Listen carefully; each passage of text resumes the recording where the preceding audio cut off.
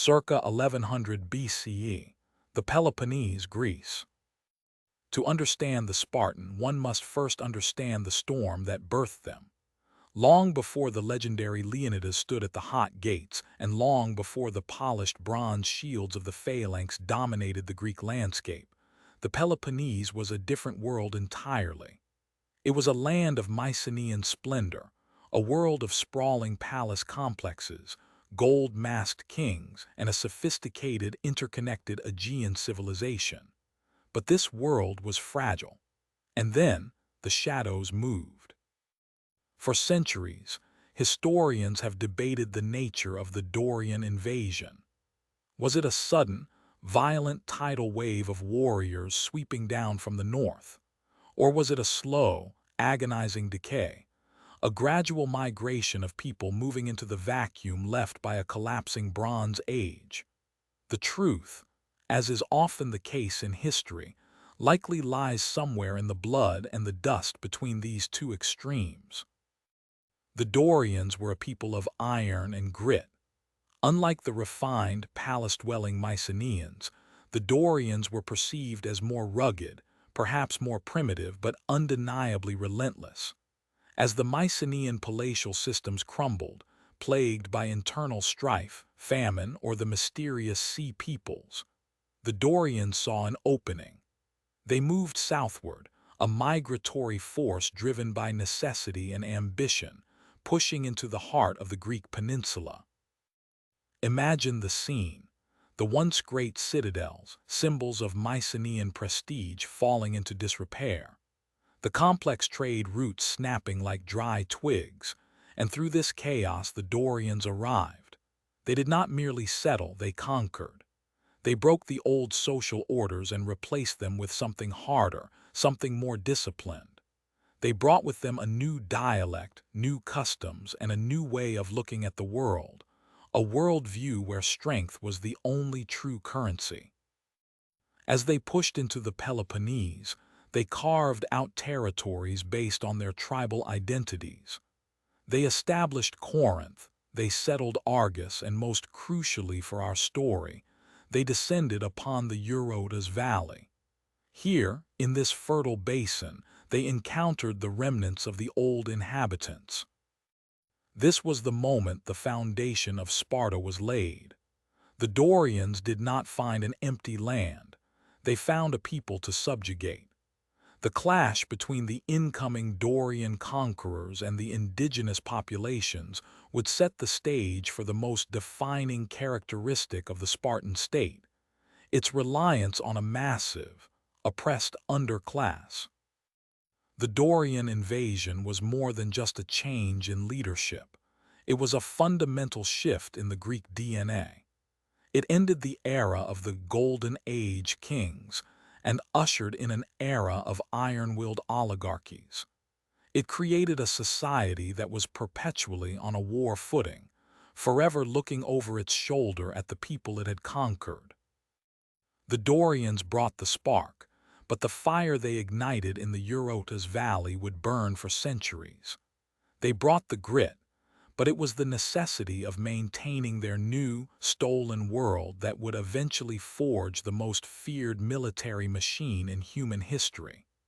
The invasion was over, but the struggle for survival, the struggle that defined Sparta, had only just begun. Circa 1000 BCE, the Eurotas Valley and the Messenian Plains. The Dorian settlement was not a single, decisive event, but a series of brutal, grinding conflicts that would reshape the geography and the soul of the Peloponnese. As the Dorian tribes established their foothold in the Eurotas Valley, they found themselves standing on the doorstep of a much larger, much more fertile prize, Messenia. To the Spartans, Messenia was more than just neighboring land. It was a tantalizing expanse of rich, alluvial soil, perfect for agriculture, and far more productive than the rugged terrain of Laconia. But Messenia was already inhabited. It was home to a population that had survived the collapse of the Mycenaean era, people who had no intention of bowing to these new, iron-wielding newcomers. What followed was not a single war, but a century of intermittent, soul-crushing conflict. This was the Messenian Wars, a series of campaigns that would define the Spartan identity for generations. The Spartans did not fight for glory alone. They fought for the resources required to sustain their growing warrior class. They fought for the land that would feed them. Imagine the landscape of this era, a cycle of seasonal raiding, scorched earth tactics, and desperate sieges. The Spartans, honing the primitive combat skills of their Dorian ancestors, began to develop a terrifying efficiency in warfare. They pushed the Messenians back, breaking their resistance piece by piece. But as the Spartans pushed deeper into the plains, they realized something profound and ultimately something catastrophic. They were not merely conquering a territory. They were creating a permanent, internal enemy. By the end of these conquests, the Spartans had successfully annexed Messenia, but they had failed to erase its people. Instead, they had transformed them. The Messenians were stripped of their freedom, their land, and their sovereignty. They were reduced to a state of perpetual servitude, transformed into the helots. Unlike the slaves found in other parts of the ancient world, who were often outsiders or merchants, the helots were the indigenous population. They were the people who knew the land, who understood its rhythms, and who lived in the shadow of their masters. They were tied to the soil, forced to work the very fields they once owned, handing over the surplus of their labor to the Spartan elite. This conquest changed the fundamental DNA of the Spartan state. It solved the problem of food production, allowing the Spartiate warriors to abandon farming and agriculture entirely to focus solely on the art of war. But it also created a ticking time bomb. The Spartans had become a parasitic elite, a small group of masters living in constant, shivering fear of the massive, oppressed population beneath them. Every Spartan soldier, every child in the agoge, and every decree passed by the ephors was now shaped by a single, paralyzing reality. The helots could revolt at any moment. The conquest of Messenia provided the wealth that allowed Sparta to rise, but it also provided the shadow that would haunt them until their ultimate collapse. The Spartans had won the land, but in doing so, they had shackled themselves to a legacy of domestic terror. They had created a society that was a fortress, not just against external enemies, but against its own people. The war for the land was over, but the war for survival within their own borders had just become the defining struggle of their existence. Circa 8th century BCE, the Eurotas Valley, Laconia. The conquest of Messenia had left Sparta in a state of paradox. They were wealthy, yet unstable. They were warriors, yet they were prisoners of their own success. They possessed the finest soldiers in Greece, but those soldiers were too busy guarding their own borders against a massive, vengeful slave population to ever truly project power. Sparta was a state in need of a soul, or perhaps a state in need of a cage. Enter Lycurgus. To the historian, Lycurgus is a ghost, a figure blurred by the passage of centuries, existing somewhere between the realm of man and the realm of myth. Some scholars argue he never existed at all, a convenient fable invented by later Greeks to explain the inexplicable. But to the Spartans, Lycurgus was more than a man. He was the architect of their reality. He was the lawgiver who took a fractured, chaotic collection of Dorian tribes and forged them into a single, unbreakable weapon. The legend tells us that Lycurgus traveled the known world, studying the customs of the Egyptians, the Assyrians, and the various city-states of Greece, seeking a perfect system of governance. He sought a way to solve the helot problem once and for all. He realized that if the Spartans were to remain masters, they could never be allowed to become soft. They could never be allowed to become like the wealthy, indulgent aristocrats of Corinth or the sprawling, seafaring merchants of Athens. To save Sparta, Lycurgus decided that Sparta must cease to be a collection of individuals and instead become a single, living organism. He achieved this through the great Retra, the divine constitution supposedly whispered to him by the oracle at Delphi. This was not merely a set of laws, it was a total restructuring of human existence. Lycurgus introduced the concept of eunomia, good order. Under the Retra, the Spartan economy was stripped of its greed. He banned gold and silver, replacing them with heavy, cumbersome iron bars that were nearly impossible to hoard or transport, effectively killing the impulse for private wealth and corruption. He mandated a communal way of life. Even the meals were shared in massive, ritualized messes known as syssitia. To eat alone was to be an outcast. To eat together was to be a brother. But the most profound and chilling stroke of his genius was the realization that a warrior is not born. He is manufactured. Lycurgus laid the groundwork for the agoge, the state-sponsored, brutalizing education system that would turn Spartan boys into machines of war. He understood that the constant threat of helot revolt required a citizenry that was perpetually mobilized, perpetually disciplined, and entirely devoid of any loyalty higher than the state. Through Lycurgus, the Spartan identity was codified. He gave them a purpose that was both glorious and terrifying. They were to be the shield of Greece, but they were also to be the jailers of their own land. He turned a city of conquerors into a city of monks, dedicated to the iron discipline of the phalanx. The foundation was set. The laws were etched in iron. The myth of the Spartan was born, and with it, the beginning of a hegemony that would shake the foundations of the ancient world. Circa 7th century BCE, the Eurotas Valley, Laconia. The laws of Lycurgus were not merely suggestions, they were a biological imperative. To ensure the survival of the state, the Spartan child was stripped of his family the moment he drew his first breath. The agoge, the leading or guiding, was not a school in any sense we would recognize today.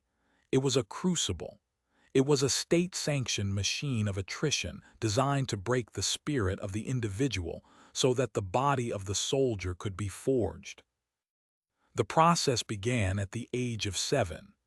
At this tender age, boys were torn from the warmth of their mothers and thrust into communal barracks. From this moment on, the state was the parent and the barracks were the home. The goal was simple: to instill a singular, unwavering devotion to the laws of Sparta. Life in the agoge was a relentless assault on the senses. It was a curriculum of deprivation. The boys were given a single, thin cloak to wear for the entire year, regardless of the biting winds of the Eurotas winter or the scorching heat of the Laconian summer. They were fed meager rations, not to sustain them but to cultivate a permanent, gnawing hunger. This was intentional. A Spartan was expected to learn how to steal food to survive, yet, and this is the paradox of their discipline, if they were caught, they were not punished for the theft but for their clumsiness. To be hungry was natural, to be caught was a failure of skill. Physicality was the primary language of the agoge. The boys were subjected to constant, grueling exercise, wrestling, running, and throwing, designed to build the explosive strength required for the phalanx. But the physical was inseparable from the psychological. To cultivate cunning, the boys were often forced to endure ritualized lashings or were left to fend for themselves in the wilderness with nothing but their wits. This was the crypteia, the secret police, or perhaps more accurately, the ultimate test of the elite. The most promising youths were sent into the countryside, armed with nothing but a knife, tasked with hiding in the shadows and assassinating helots who appeared too strong or too rebellious. It was a brutal lesson in stealth, surveillance, and the cold reality of state control. In this environment, pain was not an obstacle, it was a teacher. Laconic wit was developed as a defense mechanism, a way to use brevity and sarcasm to maintain dignity in the face of humiliation. Silence was valued. Loud, boastful speech was seen as a weakness of the character. Every interaction, every meal, every moment of exhaustion was a test of eunomia, the good order. By the time a boy reached the age of 20, he was no longer a person. He was a component. He had been bled, starved, and beaten until his only remaining impulses were those of the group. He had learned that his life was a secondary concern to the integrity of the line. He had learned that to retreat was to die, and to die was to fulfill his purpose. The agoge did not just produce soldiers, it produced a caste. It created a psychological barrier between the Spartiate and the rest of the Greek world. While the Athenians were debating philosophy in the sunlight of the agora, and the Corinthians were counting their silver, the Spartans were standing in the shadows of the barracks, hardened by a system that viewed human emotion as a luxury they could not afford. The machine was complete. The weapon was ready. Circa 7th century BCE, the Eurotas Valley, Laconia. The machine of the agoge was designed to produce the perfect soldier, but it was not built for the sake of martial glory alone. It was built out of necessity, out of a deep existential terror. For every one Spartan warrior being forged in the barracks, there were many more people living in the shadows of the Eurotas, watching, waiting, and simmering with a resentment that no amount of discipline could truly quench. This was the helot question. To understand the Spartan psyche, one must understand that their hegemony was built upon a foundation of bondage. Unlike the chattel slavery seen in other parts of the Greek world, where slaves were often outsiders or merchants, the helots were a conquered people. They were the original inhabitants of Messenia and Laconia, a population that had been systematically stripped of their autonomy following the Dorian conquest. They were not merely property. They were a captive nation, tied to the land they once owned, forced to farm the soil so that the Spartiates could devote every waking hour to the art of war.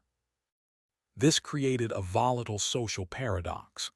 The very strength of Sparta, its ability to maintain a standing professional army, was entirely dependent on a massive, subjugated underclass. The helots provided the grain, the wine, and the labor that fueled the Spartan engine. Yet this same labor force represented the single greatest internal threat to the state's survival. The Spartans lived in a state of permanent low-level siege, not against foreign invaders, but against their own neighbors. The helots vastly outnumbered the Spartiates, sometimes by a ratio of 10 to 1. This demographic imbalance meant that the Spartan military was not just an instrument of foreign policy, it was an internal police force. Every time a Spartan phalanx marched away on campaign, the men left behind felt a cold prickle of anxiety. If the elite warriors were gone, who would hold the line against a sudden, massive uprising? This fear dictated the very rhythm of Spartan life. It is why the state was so obsessed with secrecy, so hyper-focused on discipline, and so ruthlessly efficient in its brutality. The annual declaration of war by the ephors, the Spartan overseers, against the helots was a chilling legalistic ritual.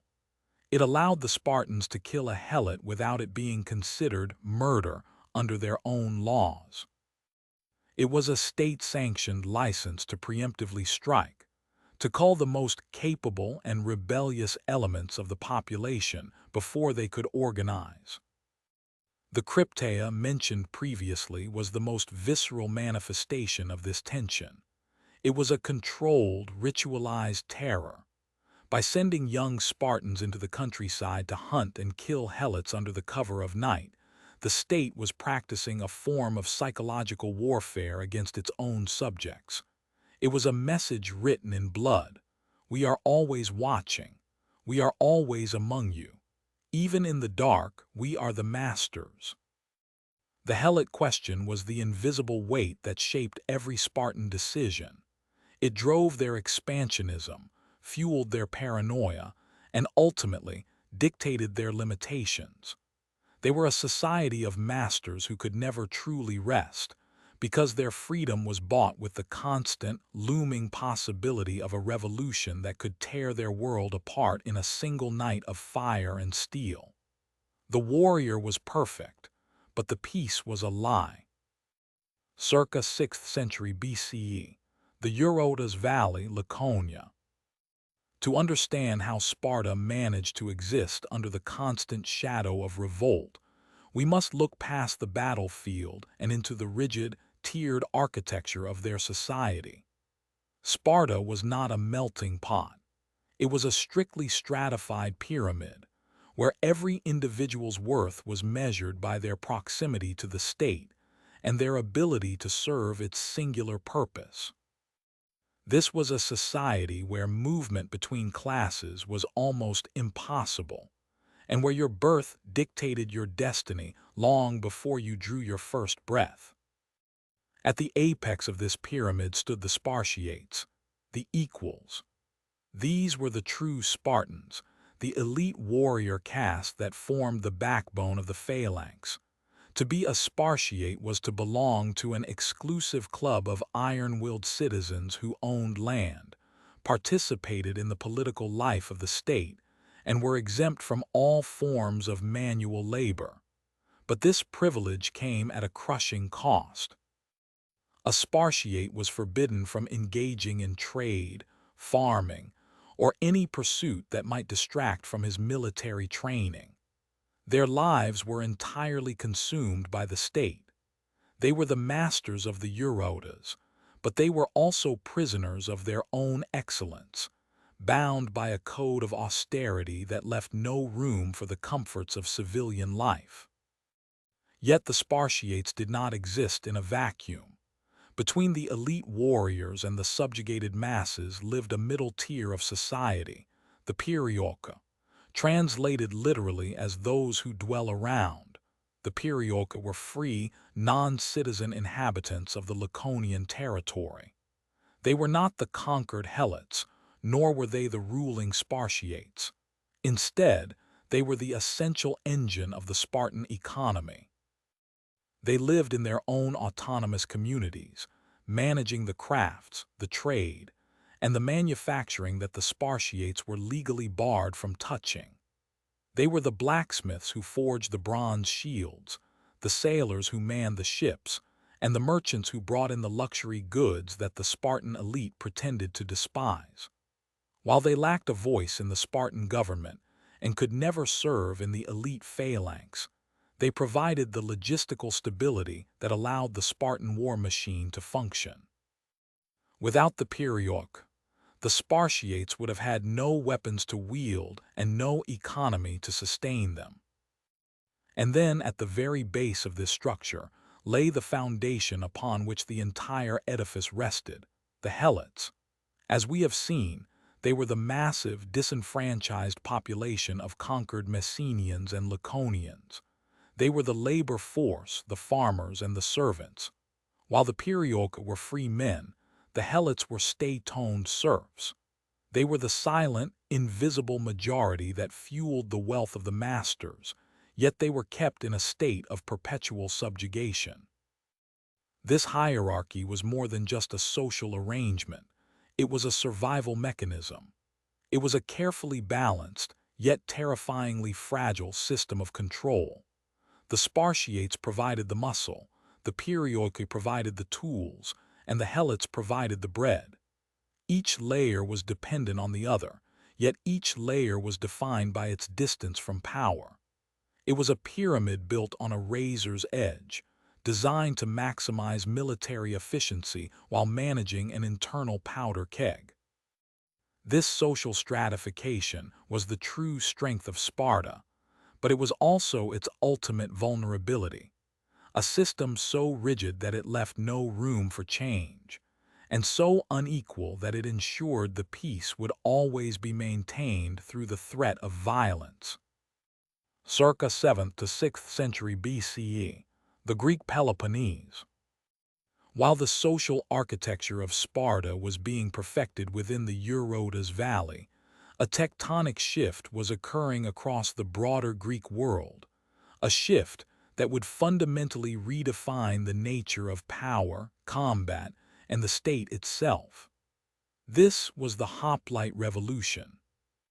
Before this era, warfare in the Mediterranean was often a chaotic, aristocratic affair. Battles were frequently decided by individual displays of heroism, warrior elites on horseback or highly skilled skirmishers engaging in ritualized combat. Victory belonged to the strongest, the fastest, or the most noble. But as the Greek city-states grew in complexity and population, the scale of conflict began to demand something more than individual brilliance. It demanded organization. Enter the hoplite. The name derives from the hoplon, the heavy, circular bronze-faced shield that became the symbol of a new kind of soldier. Unlike the light-armored skirmishers of old, the hoplite was a heavily armored infantryman carrying a spear, a bronze cuirass, a helmet, and most importantly, that massive shield. But the revolution was not found in the equipment alone. It was found in how that equipment was used in concert. The hoplite was not designed to fight as an individual. He was designed to fight as a part of a machine. This was the birth of the phalanx. Imagine, if you will, a dense block of men, shoulder to shoulder, moving in a disciplined, rhythmic march. Each man's shield did not merely protect himself, it protected the man to his left. The right side of the shield covered the unarmored flank of his comrade, creating a continuous wall of bronze and wood. In this formation, the individual's courage was secondary to his ability to hold the line. If one man broke, the shield wall fractured. If the wall fractured, the unit died. This was a democratization of violence, but also a radical centralization of it. To form a phalanx, you needed more than just brave men. You needed men who could march in unison, who could withstand the terrifying psychological pressure of an oncoming wall of spears, and who possessed the collective discipline to move as a single organism. For the emerging Greek city-states, the phalanx changed everything. It moved the seat of power from the lone, aristocratic hero to the collective body of the citizen soldier. Warfare was no longer a contest of individual prowess, but a test of civic cohesion and tactical geometry. For Sparta, this revolution was the missing piece of their social puzzle. The rigid hierarchy we have discussed, the Spartiate, the Perioeci, and the Helot, was about to find its ultimate expression on the battlefield. The Spartan social structure had already been designed to produce the perfect, disciplined individual. The hoplite revolution provided the perfect medium for that individual to exert his will. The Spartans did not just adopt the phalanx, they mastered it. They took a tactical innovation used by many and turned it into a religious, cultural, and biological imperative. While other cities used the phalanx as a means of defense, Sparta would use it as a weapon of hegemony.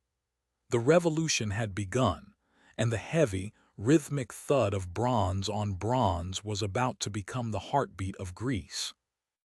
490 BCE, the coast of Marathon. While the Spartans were refining the art of the phalanx within the isolation of the Peloponnese, a shadow was lengthening from the east. This was not a local skirmish or a border dispute between neighbors. This was a collision of worlds. The Achaemenid Empire, a superpower of unprecedented scale, had reached the shores of Europe. Led by King Darius the Great, the Persian war machine sought to punish Athens for its interference in the Ionian Revolt, and to bring the fractious Greek city-states under the yoke of imperial rule. The first major clash of this existential struggle occurred at the Battle of Marathon. Here, the Athenian army, bolstered by Plataean allies, faced the overwhelming numbers of the Persian infantry.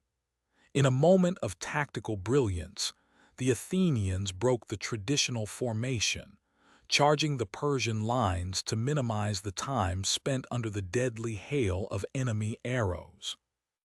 They won a miraculous victory, proving that the heavy bronze of the Greek hoplite could shatter the lighter, more mobile forces of the great king.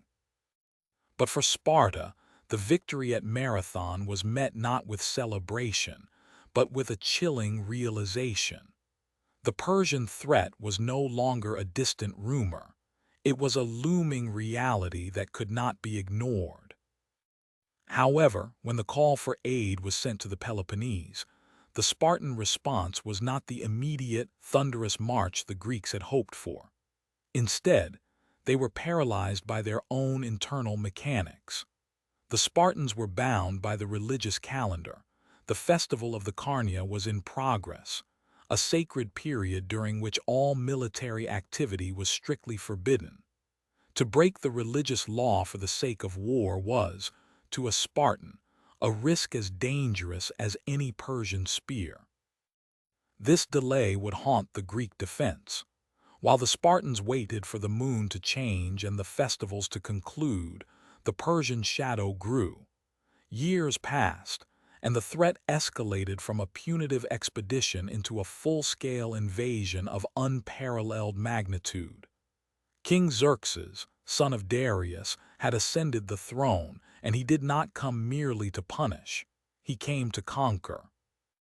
The scale of the Second Persian invasion was almost incomprehensible to the ancient mind.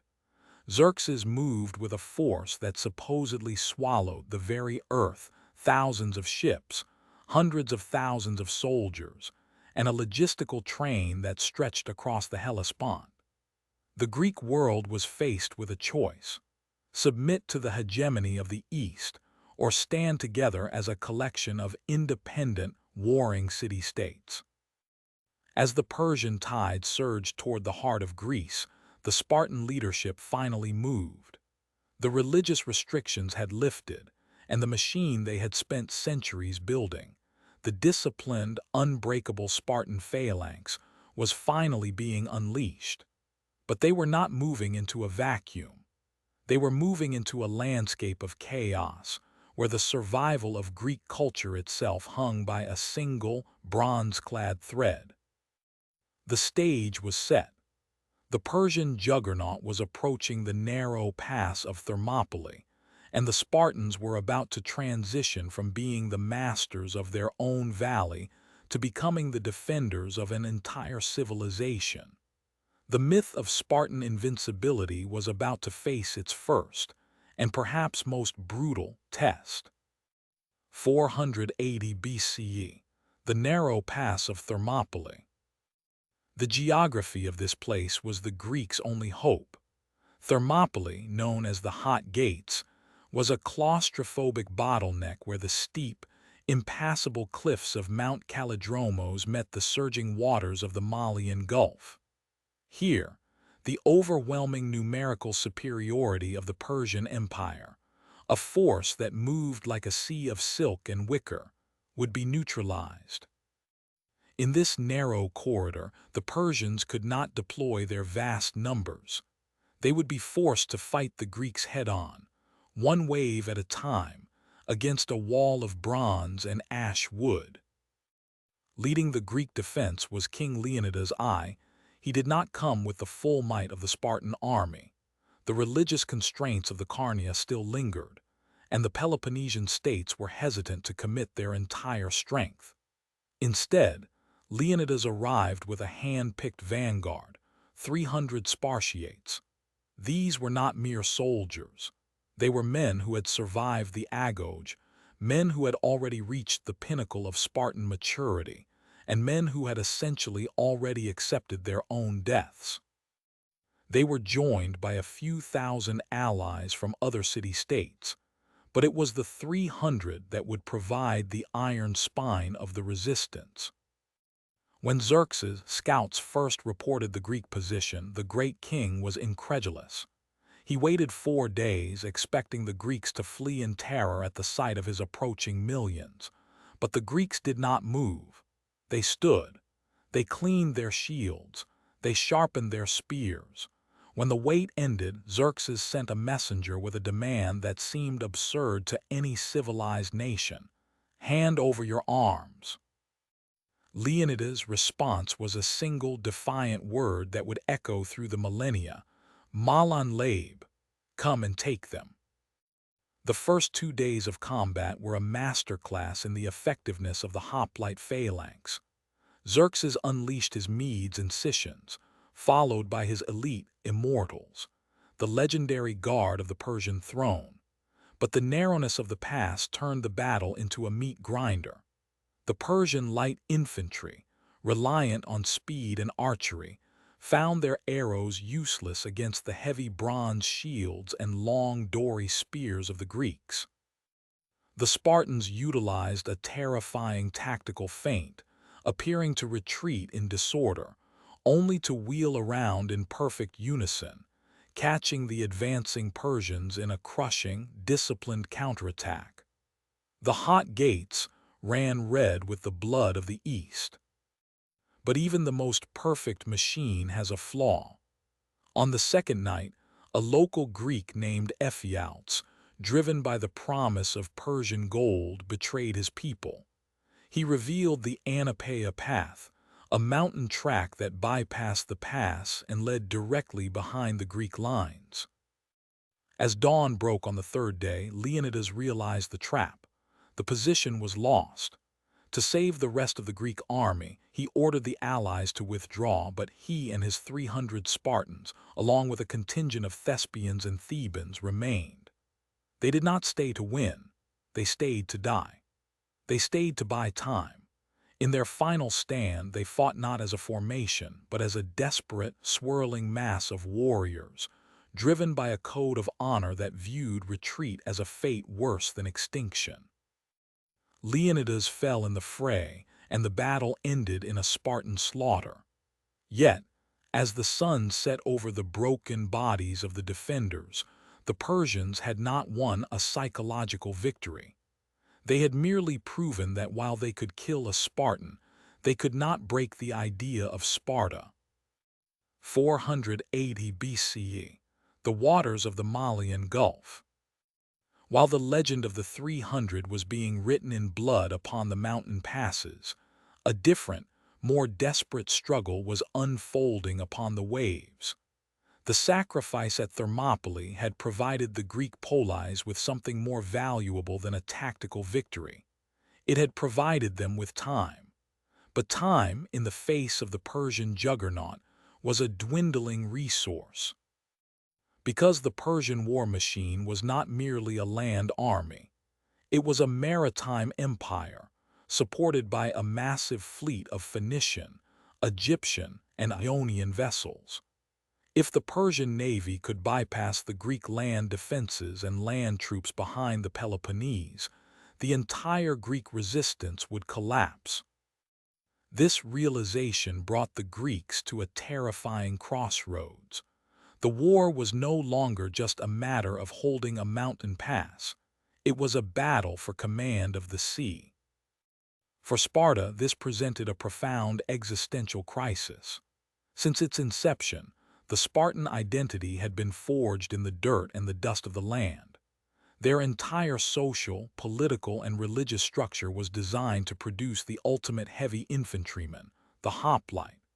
The Spartan state was a landlocked machine, built around the stability of the Eurotas Valley and the constant, looming threat of a Helot revolt. To Sparta, the sea was an alien, chaotic element. They lacked the specialized shipbuilders, the maritime traditions, and most importantly, the cultural temperament for naval warfare. At the nearby Straits of Artemisium, the Greek fleet, led by the Athenians, attempted to block the Persian advance.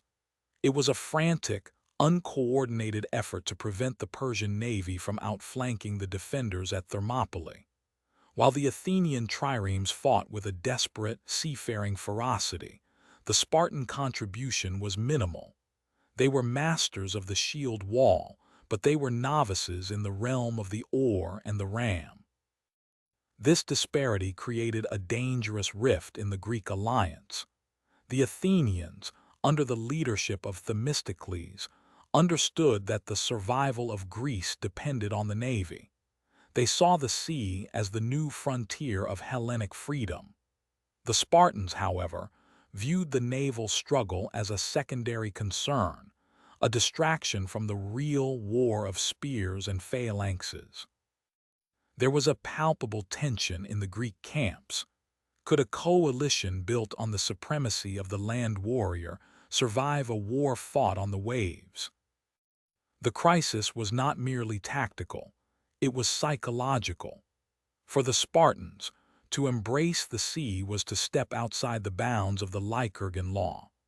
It meant investing resources into a medium they could not control, and a type of combat that favored the individual skill of the rower and the agility of the ship over the collective discipline of the phalanx. As the Persian fleet surged through the straits, the Greeks realized that their victory at Plataea, which would eventually come, was not guaranteed by land strength alone. They were caught in a strategic paradox.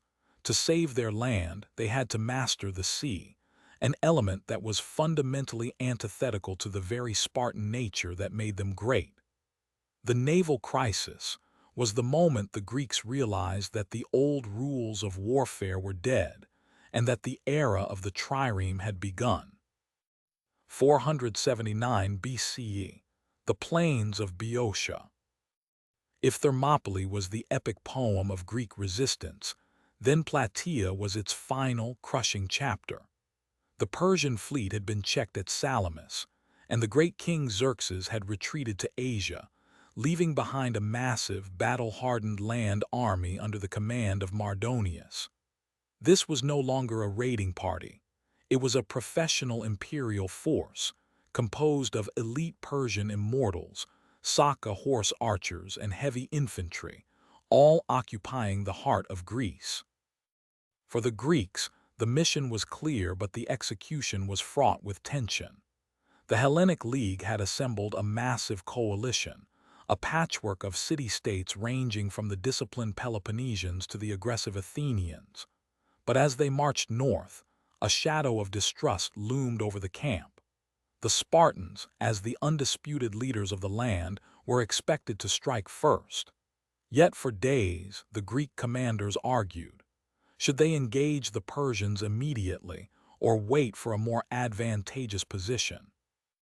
This hesitation was not born of fear, but of a fundamental disagreement on the nature of war. The Athenians wanted a decisive, rapid strike. The Spartans, ever cautious and methodical, sought to ensure their formation was unbreakable before the first spear was leveled. Finally, the order came. The Spartan regent, Pausanias, took command of the unified Greek forces. This was a moment of immense political pressure. Pausanias was not just a general, he was the embodiment of Spartan hegemony. If he failed, the Greek alliance would shatter. If he succeeded, Sparta would be cemented as the protector of all Hellas. The battle began not with a glorious charge, but with a chaotic, terrifying skirmish. Mardonius, sensing the Greek hesitation, launched a preemptive strike. The air was filled with the whistle of Persian arrows, a constant, deadly rain that tested the resolve of the Greek line. For hours, the battle was a frantic, disjointed series of engagements. The Greek flanks were pressured, and for a moment it seemed the Persian cavalry might sweep through the gaps and break the coalition. But then, the moment arrived that every Spartan had been trained for since the days of the agoge. The order was given to close the ranks. The Greeks transitioned from a disorganized mass into the singular, terrifying machine of the phalanx. As the lines converged, the sound changed from the chaos of skirmishing to the rhythmic, bone-crushing thud of bronze on wicker and wood. In the center of the fray, the Spartan hoplites stood as an immovable wall. They did not hunt for glory through individual heroics.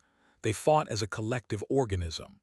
When the Persian infantry crashed against the Spartan shields, they found not men, but a mountain of iron. The discipline of the Spartan line turned the battlefield into a slaughterhouse. The Persian momentum, built on speed and archery, withered against the sheer physical and psychological weight of the Lacedaemonian shield wall. As Mardonius fell in the melee, the Persian resistance collapsed into a rout. The victory at Plataea was total. It was the definitive end of the Persian threat on the Greek mainland. The dream of an Achaemenid empire spanning the Aegean was dead, buried in the dust of Boeotia.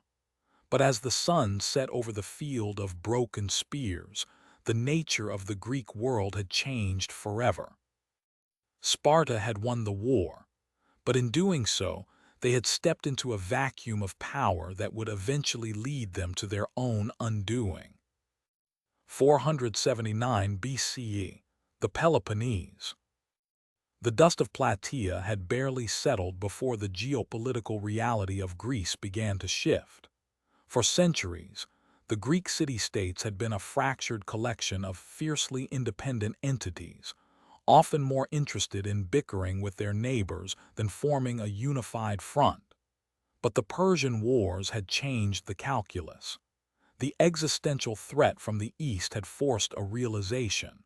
Greece could not survive as a collection of isolated villages. It needed a protector. And that protector, by virtue of their unmatched military discipline and their decisive victory on the plains of Boeotia, was undeniably Sparta. This was the birth of the Spartan hegemony. In the immediate aftermath of the Persian retreat, the Hellenic League, the coalition that had fought alongside the Spartans, found itself in a state of profound imbalance. While Athens had played a vital role, particularly with their naval supremacy at Salamis, the prestige of the land war belonged to the Lacedaemonians. Sparta was no longer just another Dorian city-state. They were the undisputed masters of the Greek mainland. To the eyes of the world, the Spartan phalanx was the gold standard of warfare, a divine instrument of order in a chaotic world. However, hegemony is a heavy mantle to wear. Sparta did not seek to build an empire in the traditional sense, had no desire to govern distant lands or manage complex bureaucracies. Their interest was stability, and more specifically, the maintenance of the Peloponnesian League. This was a network of alliances designed to ensure that the Greek mainland remained under Spartan influence, preventing any single city-state from rising to challenge their supremacy, or, perhaps more importantly, preventing the Helots back home from sensing weakness. As the Spartan hegemony took root, a new, dangerous bipolarity began to emerge. While Sparta commanded the earth, Athens was beginning to command the sea. The Delian League, formed to continue the fight against Persia, was becoming an Athenian instrument of power, fueled by tribute and a burgeoning maritime empire. The Greek world was effectively being split into two spheres of influence: the land-based, conservative and oligarchic power of Sparta, and the sea-based, progressive and democratic power of Athens. For Sparta, this new era was a period of intense psychological transition. They were moving from a state of survival to a state of management. The soldiers who had fought at Thermopylae and Plataea were now the architects of a new Greek order. They were tasked with being the policemen of Greece, intervening in the affairs of other city-states to maintain the status quo. But this role came with a fundamental contradiction. To protect Greece, Sparta had to exert control. To exert control, they had to act like an empire. And to act like an empire, they would have to violate the very isolationist principles that made them Spartan. The hegemony had begun, and with it, the seeds of a grand rivalry were sown. The peace that followed the Persian Wars was not a true peace, but a tense, armed standoff between two different visions of what Greece could become. The stage was set for a conflict that would eventually pit the shield against the sail, and the lion against the owl. 454 BCE, the Aegean Sea. The tension that had simmered in the wake of the Persian Wars was finally reaching a breaking point. For nearly 2 decades, the Greek world had existed in a state of precarious equilibrium, a bipolarity that was as much about ideology as it was about geography. On one side stood the Peloponnesian League, a formidable, land-based coalition of oligarchic states anchored by the iron will of Sparta. On the other, the Delian League, a maritime confederation of democratic city-states, increasingly steered by the ambitious hand of Athens. What had begun as a defensive alliance to repel the Persian Empire had undergone a radical metamorphosis. The Delian League, originally established to protect the Aegean islands and punish any remnant of Persian influence, had become something far more predatory. Under the leadership of Pericles, Athens had moved the League's treasury from the sacred island of Delos to the heart of their own city. The tribute once intended for the common defense of Greece was now flowing into the coffers of Athens, funding the construction of the Parthenon and the expansion of a sprawling maritime empire. To the Spartans, this was not defense, it was tyranny by another name. This was the Athenian Empire, a thalassocracy, a rule of the sea that threatened to encircle the Peloponnese.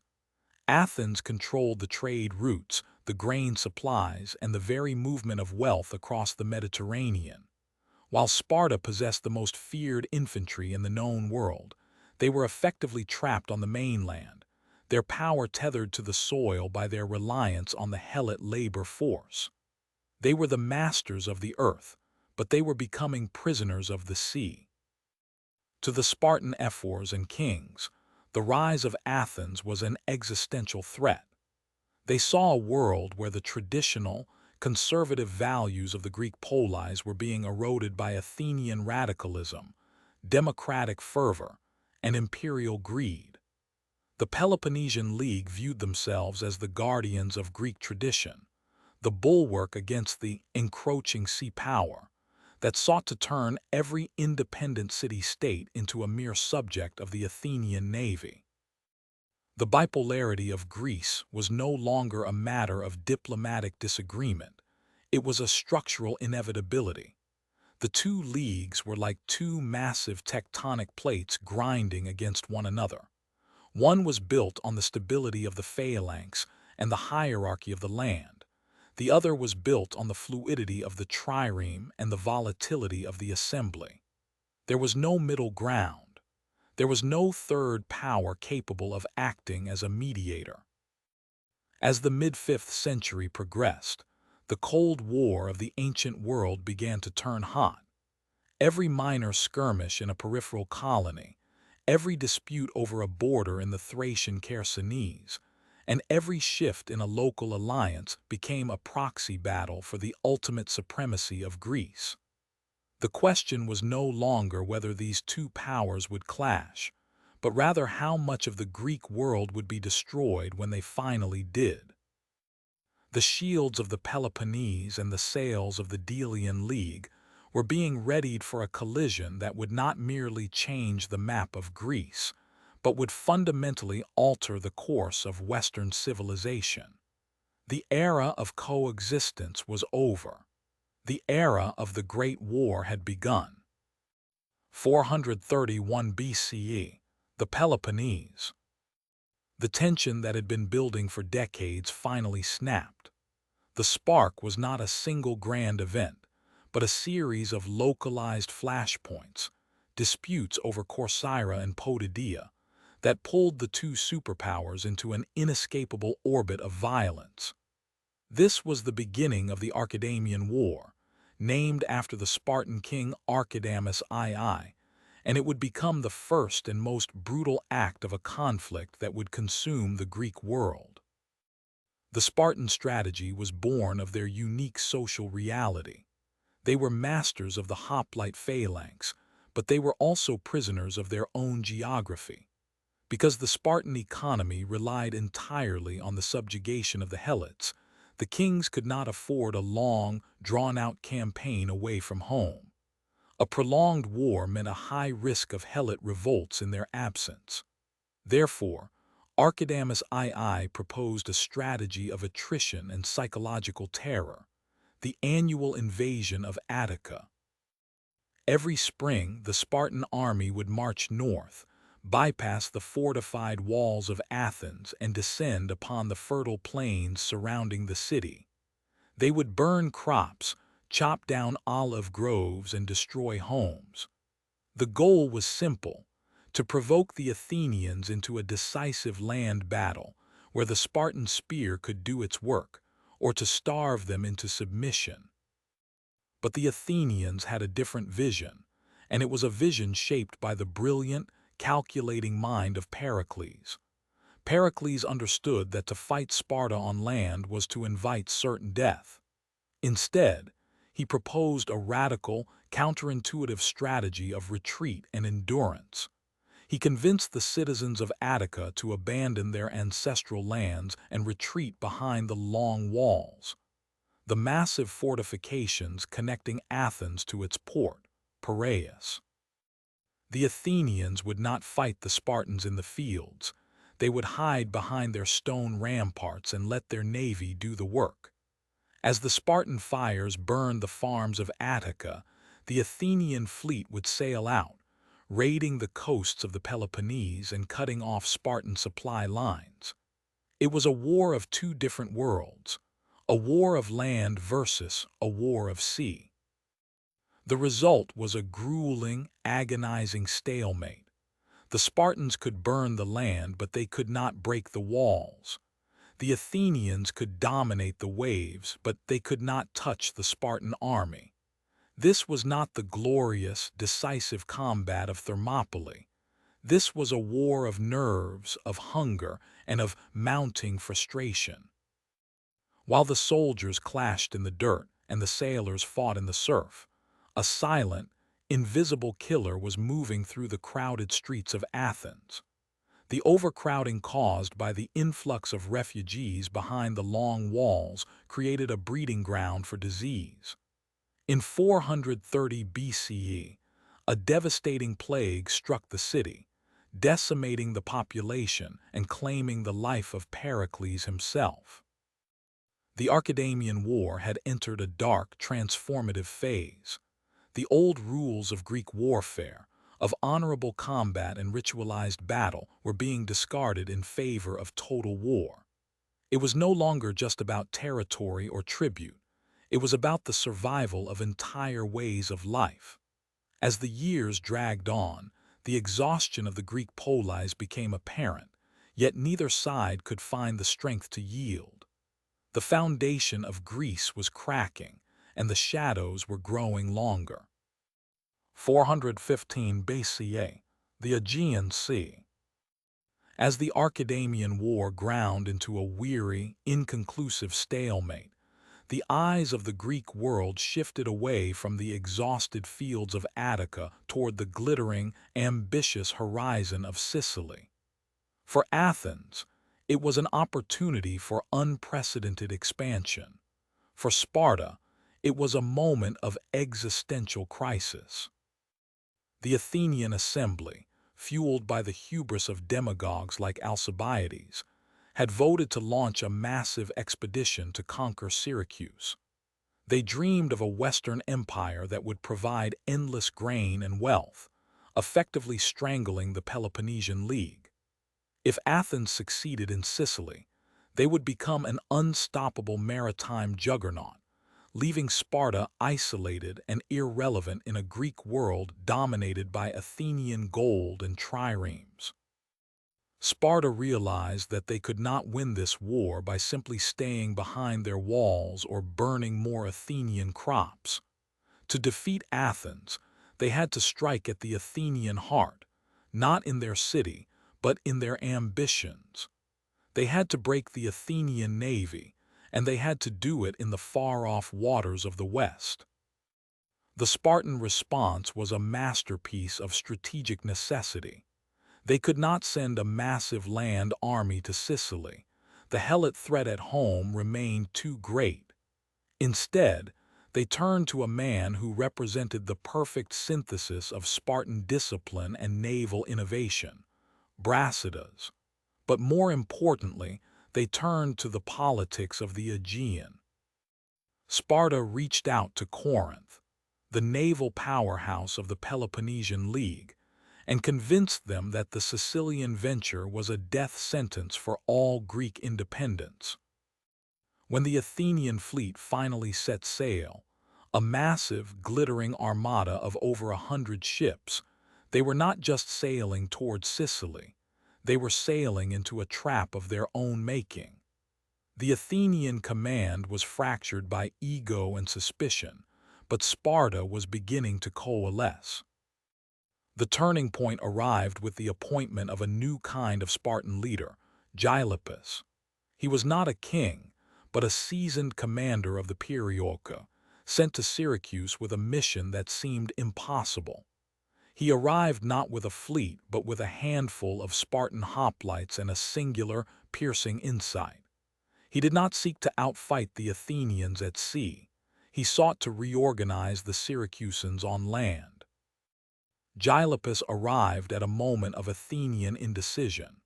He began to drill the Syracusan defenders, teaching them the very tactics that had made Sparta legendary, the discipline of the phalanx and the strength of the shield wall.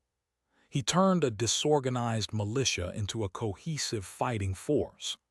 Under his guidance, the Syracusans stopped reacting to Athenian movements and began to dictate the terms of the conflict. The expedition, which began as a grand Athenian crusade, rapidly devolved into a nightmare of siege and countersiege. The Athenians, once masters of the sea, found themselves pinned against the coast, their supply lines stretched thin and their morale rotting. The Spartan intervention had fundamentally altered the geometry of the war. The Sicilian expedition was no longer an Athenian conquest. It was becoming a Spartan-orchestrated slaughter.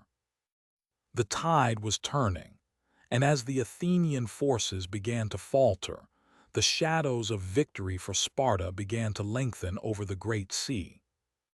413 BCE, the Sicilian coast. The destruction of the Athenian expedition in Sicily was more than a military defeat. It was a psychological earthquake. The invincible Athenian navy had been shattered, their finest sailors sent to the bottom of the sea, and their treasury bled dry. For a brief moment, it seemed as though the Peloponnesian War might end with a simple Spartan march on Athens. But Sparta was a land power, a nation of hoplites and shield walls, and they were staring at a problem they were not built to solve. Athens was wounded, yes, but they still possessed a navy, and they still held the sea. To truly finish the war, Sparta needed more than just soldiers. They needed a master of the waves. They needed Lysander. If the traditional Spartan ideal was defined by the stoic, unyielding discipline of the phalanx, Lysander was a different breed of predator entirely. He was not a king, nor was he a member of the old, conservative aristocracy that viewed the sea with suspicion. He was a man of immense ambition, a political creature who understood that the future of Greek hegemony would not be decided by the strength of a spear, but by the weight of gold and the speed of a trireme. As the war entered its most desperate phase, the Spartan leadership realized that their traditional methods were failing. They were stuck in a cycle of attrition that favored the Athenian maritime empire. To break the deadlock, Sparta did something radical. They looked toward the east. They looked toward the Persian Empire, the very power they had fought decades earlier at Plataea. Lysander understood what many of his peers did not, that the war would be won through diplomacy as much as through blood. He possessed a rare, calculating charisma that allowed him to navigate the treacherous waters of Persian court politics. He didn't just want to fight the Athenian fleet. He wanted to fund a new one. He began a campaign of subversion and negotiation, positioning himself as the indispensable bridge between the Spartan state and the Persian satraps. His rise was meteoric.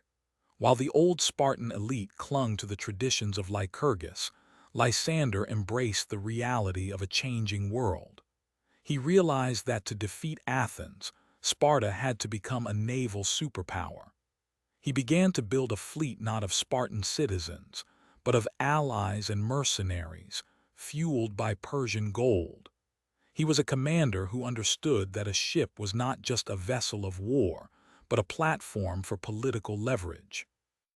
Lysander's emergence marked a fundamental shift in the Spartan soul. The era of the isolated, land-bound warrior was ending. The era of the imperial strategist had begun. He was a man who would not be content with merely defending the Peloponnese. He sought to reshape the entire Aegean in Sparta's image. As he began to gather his forces, the question was no longer whether Sparta could survive the Athenian onslaught, but whether Lysander could transform Sparta into the undisputed master of the Mediterranean. The predator had arrived, and the Aegean was about to witness a new kind of warfare. 405 BCE, the waters off Aegispotami. The stage was set for the final, decisive collision between two worlds, the dying embers of the Athenian maritime empire and the rising, gold-fueled tide of the Spartan navy. For decades, Athens had breathed through its ports, its lifeblood flowing through the Aegean via the strength of its triremes. But now, that breath was being choked. Under Lysander's command, the Spartan fleet, bolstered by Persian wealth and manned by seasoned sailors, had cornered the Athenian navy on the Hellespont. The Battle of Aegispotami was not a clash of grand, sweeping maneuvers, but a masterclass in opportunistic brutality. Lysander, playing a dangerous game of psychological warfare, had waited. He watched the Athenian commanders, growing increasingly restless and hungry as they paced their decks, waiting for a signal that never came. He waited until they were distracted, until they had disembarked to forage for food, leaving their ships unguarded on the shore. Then he struck. With a sudden, devastating surge, the Spartan fleet descended. The Athenian navy, caught in a state of total unpreparedness, was not merely defeated, it was annihilated. In a single afternoon, the pride of Athens, the very vessels that had once carried Pericles and Alcibiades, were captured, burned, or sent to the seabed. The Athenian sea lanes were severed. The grain routes from the Black Sea were cut. Athens was no longer a maritime power. It was a city under siege, starving and isolated. The end did not come with a dramatic breach of the long walls, but with the slow, agonizing silence of a city running out of time. As the Spartan blockade tightened, the Athenian spirit began to fracture. Famine crept through the streets. The once vibrant agora, the heart of democratic discourse and philosophical inquiry, became a place of desperation and hunger. The great thinkers, the playwrights, and the orators could do nothing against the cold mathematics of starvation. By 404 BCE, the unthinkable had happened. The Athenian democracy, the very institution that had challenged the Spartan way of life for a generation, collapsed. The gates were opened, not to a conquering army of hoplites, but to a force that had simply outlasted them. Athens surrendered unconditionally. The terms were draconian. The long walls, those massive fortifications that had made Athens an impregnable island on land, were dismantled to the sound of flute music, a haunting, surreal celebration of their destruction. The Athenian Empire was dissolved, its subject allies were liberated, and its navy was reduced to a mere 12 ships. The golden age of Pericles was officially over. As the dust settled over the ruins of the Athenian hegemony, a profound silence fell over the Greek world. Sparta had won. The spear had finally triumphed over the sail. But as Lysander stood amidst the wreckage of his enemies, a new, more complex reality began to settle upon the victors. Sparta had achieved the impossible. They had become the masters of Greece. Yet in doing so, they had inherited a fractured, exhausted, and deeply resentful landscape. The victory was total, but the cost was the beginning of a new, more dangerous era. The predator had caught its prey, but now, the predator would have to learn how to rule. 404 BCE, the Peloponnese. The silence that followed the fall of Athens was not the peace of a settled world, but the heavy, suffocating stillness of a vacuum. For over a century, the Greek world had been defined by a bipolar tension, a constant, rhythmic struggle between the land-based austerity of Sparta and the maritime brilliance of Athens. Now, that tension had snapped. The scales had tipped entirely in favor of the Eurotas Valley. Sparta was no longer just a city-state. It was the hegemon, the undisputed arbiter of Greek affairs. But victory, in its most absolute form, is a transformative poison. As the Spartan commanders returned home, they did not bring back the simple glory of a battlefield triumph. They brought something far more volatile: wealth.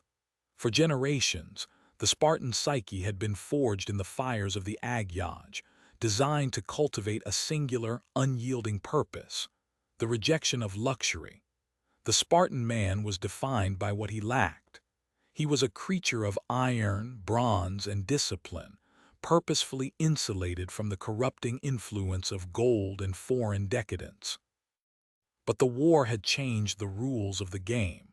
To defeat Athens, Sparta had to play by Athenian rules. To command the seas, they had to embrace Persian gold. To manage an empire, they had to engage in the very diplomacy and bribery they had once held in contempt. Lysander, the architect of the Athenian collapse, became the symbol of this new, dangerous Sparta. He was a man who understood power not just through the phalanx, but through the purse. He moved through the halls of influence with a sophistication that would have been unrecognizable to the Lycurgan ancestors of a century prior. The influx of silver and tribute began to seep into the Spartan social fabric like a slow-acting venom. In a society where every citizen was supposed to be equal, where the homoi, the equals, lived in a state of enforced communal simplicity, the sudden appearance of vast, unexplained wealth created a tectonic shift. The rigid hierarchy that had once provided Sparta with its invincible stability began to crack. The burden of victory was not a weight of responsibility, but a weight of corruption. The traditional Spartan elite found themselves in a paradox. To maintain their hegemony over the Greek world, they had to participate in a global system of influence that fundamentally undermined the very values that made them Spartans. The austerity that had once been their shield was being traded for the velvet robes of empire. Internal tensions began to simmer. The gap between the wealthy few and the struggling many widened. The discipline that had once turned a boy into a warrior was being eroded by the comforts of a conqueror. They had won the war, but in the process, they had lost the soul of the state. The Spartan identity was no longer a fixed, unshakable foundation. It was becoming a mask, worn by men who were increasingly more like the enemies they had destroyed than the legends they claimed to uphold. As Sparta stepped onto the world stage as a superpower, it did so with a heavy realization. It is far easier to destroy a civilization than it is to govern one. The spear had broken the sail, but the spear was now being bent by the weight of its own success. The era of the warrior citizen was dying, and the era of the imperialist had begun. 395 BCE, the Peloponnese. If the Peloponnesian War was a duel between two titans, then the Corinthian War was the frantic, desperate scramble of a world that refused to accept Spartan dominance. The vacuum left by Athens had not been filled by stability, but by resentment. From the shores of Corinth to the hills of Thebes, a collective realization had begun to take hold across the Greek peninsula. Sparta was no longer the protector of Greek liberty. It was the jailer of Greek autonomy. The spark that ignited this conflagration was not a grand ideological struggle, but the bitter fallout of Spartan overreach. The city-state, once defined by its isolationism, had become an imperial predator. Their newfound reliance on Persian gold and their heavy-handed imposition of Spartan garrisons in liberated cities had alienated even their former allies. Corinth, Thebes, and Argos, cities that had once been part of the Spartan orbit or neutral observers, now found themselves bound by a singular, burning objective: the containment of the Spartan hegemony. This was a war of shifting shadows and fractured loyalties. It was not a war of massive, decisive phalanges clashing in an open field, but a complex, multi-front struggle defined by diplomacy, bribery, and the subtle manipulation of power. The coalition against Sparta was a fragile tapestry of enemies, held together only by their shared fear of the Eurotas. The geopolitical landscape was dizzying. To the east, the Persian Empire watched with predatory patience. The great king, realizing that a divided Greece was a profitable Greece, began to pour immense wealth into the hands of the anti-Spartan coalition. The gold that had once helped Sparta destroy Athens was now being used to fuel the fire that would consume Spartan influence. The Persian satraps were no longer merely distant kings. They were the invisible architects of Greek conflict, playing both sides to ensure that no single city-state could ever rise to challenge the East again. On the ground, the war was a grueling cycle of sieges and skirmishes. The Spartans, once the masters of the hoplite charge, found themselves struggling to adapt to a war of attrition and fortified positions. They were being squeezed. They fought in the mountains of Boeotia, they clashed in the waters of the Corinthian Gulf, and they faced the rising shadow of Theban military innovation. Yet, perhaps the most profound battlefield of the Corinthian War was not found in the trenches, but within the Spartan assembly itself. As the war dragged on, the contradictions of the Spartan state became impossible to ignore. The wealth being used to fund the war effort was further eroding the communal equality of the ham. Oi. The social fabric was fraying. The officers and commanders, enriched by the spoils of influence and the complexities of imperial management, were drifting further away from the austerity of the great Retra. The Corinthian War was the moment the Spartan myth began to bleed. It proved that the Spartan machine, while nearly unstoppable in a direct confrontation, was vulnerable to the complexities of a connected, wealthy, and interconnected Greek world. They were no longer fighting for survival against a foreign invader. They were fighting to maintain a status quo that was rapidly evaporating. The hegemony was being challenged not just by the spears of their enemies, but by the very weight of the empire they had built. The predator had become the prey, and the hunt had only just begun. 380 BCE, the Boeotian Plain. While the rest of Greece was locked in a cycle of exhaustion and shifting alliances, a quiet, tectonic shift was occurring in the north. For centuries, the shadow of Sparta had loomed over the Greek world, casting a darkness that made any other power seem insignificant. But in the rugged landscapes of Boeotia, a new kind of strength was being forged, not through the mere repetition of tradition, but through radical, revolutionary innovation. This was the rise of Thebes. For much of the classical period, Thebes had been a secondary player, a city often caught in the crossfire between the warring titans of Athens and Sparta. They were a respected power, certainly, but they lacked the mythic aura of the Lacedaemonians or the intellectual prestige of the Athenians.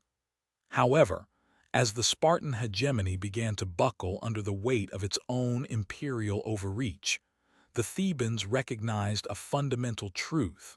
The old way of war was dying. The traditional hoplite phalanx, that dense wall of bronze and muscle that had defined Greek combat for generations, was becoming predictable. It was a blunt instrument, and against a foe that could adapt, it was no longer invincible. The emergence of Thebes as a superpower was driven by a singular, brilliant, and arguably dangerous force: the sacred band. Unlike the Spartan army, which relied on a rigid social caste of professional warriors, the Theban elite began to cultivate a force of 300 highly trained soldiers, paired in lifelong bonds of intimacy and loyalty. This was more than just a military unit. It was a psychological weapon. It created a cohesion that transcended the standard military discipline of the era, turning the battlefield into a crucible of personal devotion. But the Theban rise was not merely built on passion. It was built on science. While Sparta looked backward to the legendary laws of Lycurgus, Theban commanders like Pelopidas and the brilliant Epaminondas looked forward. They began to study the mechanics of the battlefield with a mathematician's precision. They realized that the strength of the Spartan phalanx lay in its unbroken line, and they sought the key to shattering it. They pioneered the concept of the deep column, concentrating massive numbers of troops on a single point of the enemy line rather than spreading them thinly across the entire front. This was a direct assault on the very principle of the hoplite tradition. They weren't just trying to push the enemy back. They were trying to punch through the heart of the formation. As Thebes grew in strength, the geopolitical center of gravity began to slide away from the Peloponnese. The city-state was no longer content to be a pawn in the struggles of others. It was becoming the player. Thebes began to consolidate its control over the Boeotian League, transforming a loose confederation of cities into a unified, formidable engine of war. The stage was being set for a confrontation that would change the course of history. The myth of Spartan invincibility, the idea that a Spartan could not be broken in a pitched battle, was about to be tested by a force that didn't just want to compete with Sparta, but intended to dismantle the very foundation of its power. The era of the Lacedaemonian hegemony was drawing to a close, and the era of Theban dominance was screaming toward its violent, inevitable dawn. 371 BCE, the Boeotian Plain. The air was thick with the scent of dust and the heavy, metallic anticipation of impending slaughter. For generations, the Greek world had operated under a single, unshakable axiom. If you met the Spartans in a pitched battle, you had already lost. Their reputation was not merely a product of skill, but of a psychological hegemony. To face the Lacedaemonian phalanx was to face a machine of perfect, terrifying order. But today, that machine was about to encounter a glitch in its programming. The Spartan king Cleombrotus led a force that looked, on the surface, like the standard of excellence. They deployed in the traditional manner, a long, thin line of hoplites stretching across the plain to overlap the enemy. It was a formation designed to outflank and overwhelm, relying on the sheer length of the line to envelop the opponent. It was the textbook definition of Greek warfare, perfected over centuries.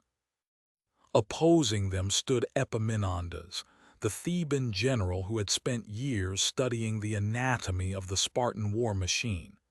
He knew that to defeat Sparta, he could not fight them by their rules. He could not try to outstretch them or outlast them. He had to break them. As the two armies closed the distance, the Theban line began to move, but it did not move like any army Greece had ever seen. Instead of a long, even line, Epaminondas had concentrated his strength. He had massed his infantry into a massive, deep column, 50 ranks deep on his left wing. This was a radical departure from tradition. In a standard phalanx, depth was usually limited to 8 or 12 ranks. Anything more was considered cumbersome. But Epaminondas didn't want maneuverability. He wanted a sledgehammer. And at the very tip of this hammer was the sacred band. These 300 lovers, bound by a devotion that transcended the battlefield, were placed at the vanguard of this concentrated mass. They were the needle intended to pierce the Spartan heart. The collision was cataclysmic. When the two lines met, the Spartans attempted to follow their standard procedure. They engaged the Theban right wing, expecting to push it back and then wheel around to envelop the Theban left. But they found themselves staring into a wall of bronze that refused to budge. The sheer weight of the Theban column, fueled by the ferocity of the sacred band, began to grind forward. It was not a push. It was a crushing, unstoppable momentum. For the first time in recorded history, the Spartan elite, the very men who were the masters of the hoplite world, found themselves being driven backward. The deep column acted like a wedge, splintering the Spartan line. The shock was not just physical but spiritual. As the Spartan ranks buckled, the myth began to bleed out onto the Boeotian soil. The carnage was absolute. The Spartan king, Cleombrotus, fell in the fray, and with him the aura of invincibility. The Theban column smashed through the center, turning the battlefield into a slaughterhouse. The defeat at Leuctra was not merely a tactical loss. It was an existential catastrophe. The Spartan hegemony had been decapitated. The world realized that the invincible could, in fact, be broken. The shadow had passed, and in its wake, a new power had risen from the dust.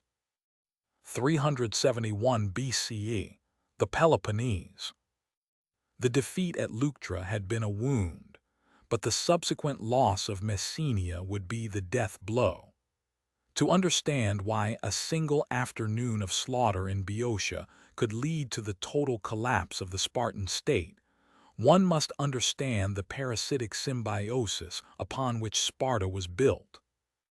For centuries, the Spartan way of life, The agoge, the constant training, the absolute dedication to the art of war, was only possible because of a massive, subjugated underclass. This was the Helot population. They were the backbone of the Spartan economy, the farmers, the laborers, and the providers. They lived in the fertile plains of Messenia, working the land to produce the surplus that fed the Spartan elite. In exchange for this labor, the Spartiates were freed from the mundane distractions of survival, allowing them to become a permanent, professional warrior caste. Sparta did not just rule Messenia, they occupied it. They lived in a state of perpetual, low-level siege against their own subjects. The fear of a Helot revolt was the invisible hand that guided every Spartan law and every military decision. The Spartan machine was fueled by the sweat of the Messenians, but it was also haunted by their potential for vengeance. When the Theban general Epaminondas marched into the Peloponnese following his victory at Leuctra, he did not just bring an army, he brought a liberation movement. He realized that to destroy Sparta, he did not need to kill every Spartan soldier. He simply had to sever the tether between the master and the slave. As the Theban forces advanced, they did not focus solely on the Spartan phalanx. They moved toward the heart of the Messenian lands. They offered the Helots something the Spartans never could: autonomy. They offered them the chance to be more than just the property of a city-state. The result was a systemic collapse. As the Thebans moved through the region, the Helots rose up in a massive, coordinated wave of insurrection. The social order that had sustained Sparta for generations evaporated almost overnight. The very people who had been forced to feed the Spartan machine were now tearing it apart from the inside. The Spartans were forced into a desperate, losing struggle to reclaim their territory, but the damage was irreversible. The fertile fields of Messenia, once the breadbasket of the Lacedaemonian state, were lost to the newly formed Messenian state. This was more than a territorial loss. It was an economic and demographic amputation. Without the Messenian harvest, the Spartan system could no longer support its massive population of professional warriors. The wealth that had funded the lifestyle of the Spartiates vanished. Without the surplus, the strict social requirements of the Spartan identity became impossible to maintain. The loss of Messenia triggered a terminal spiral. It led directly to oliganthropia, the shrinking of the citizen body. As the wealth dried up, the number of men capable of fulfilling the requirements of the agoge plummeted. The elite class, once a dense and terrifying wall of bronze, began to thin out, becoming a hollowed-out shell of its former self. In the pursuit of absolute dominance, Sparta had built a house of cards on the backs of the conquered. And when the Thebans pulled the bottom card, the entire structure of the most feared military power in Greece came crashing down into the dust of history. 360 BCE, Sparta. The collapse of the Messenian economy was not merely a financial disaster. It was a moral and systemic contagion. For centuries, the Spartan identity was defined by a singular, rigid purpose: the pursuit of equality among the Spartiate elite through the shared sacrifice of their labor to the Helots.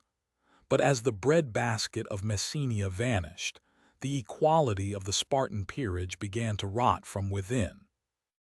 The loss of the agricultural surplus created a vacuum, and in that vacuum, greed rushed in. The scarcity of resources forced a fundamental shift in the Spartan psyche. The communal spirit of the syssitia, the mandatory shared meals that bound the warriors together, began to fray. No longer could the state guarantee the provisions necessary to maintain a citizen's status.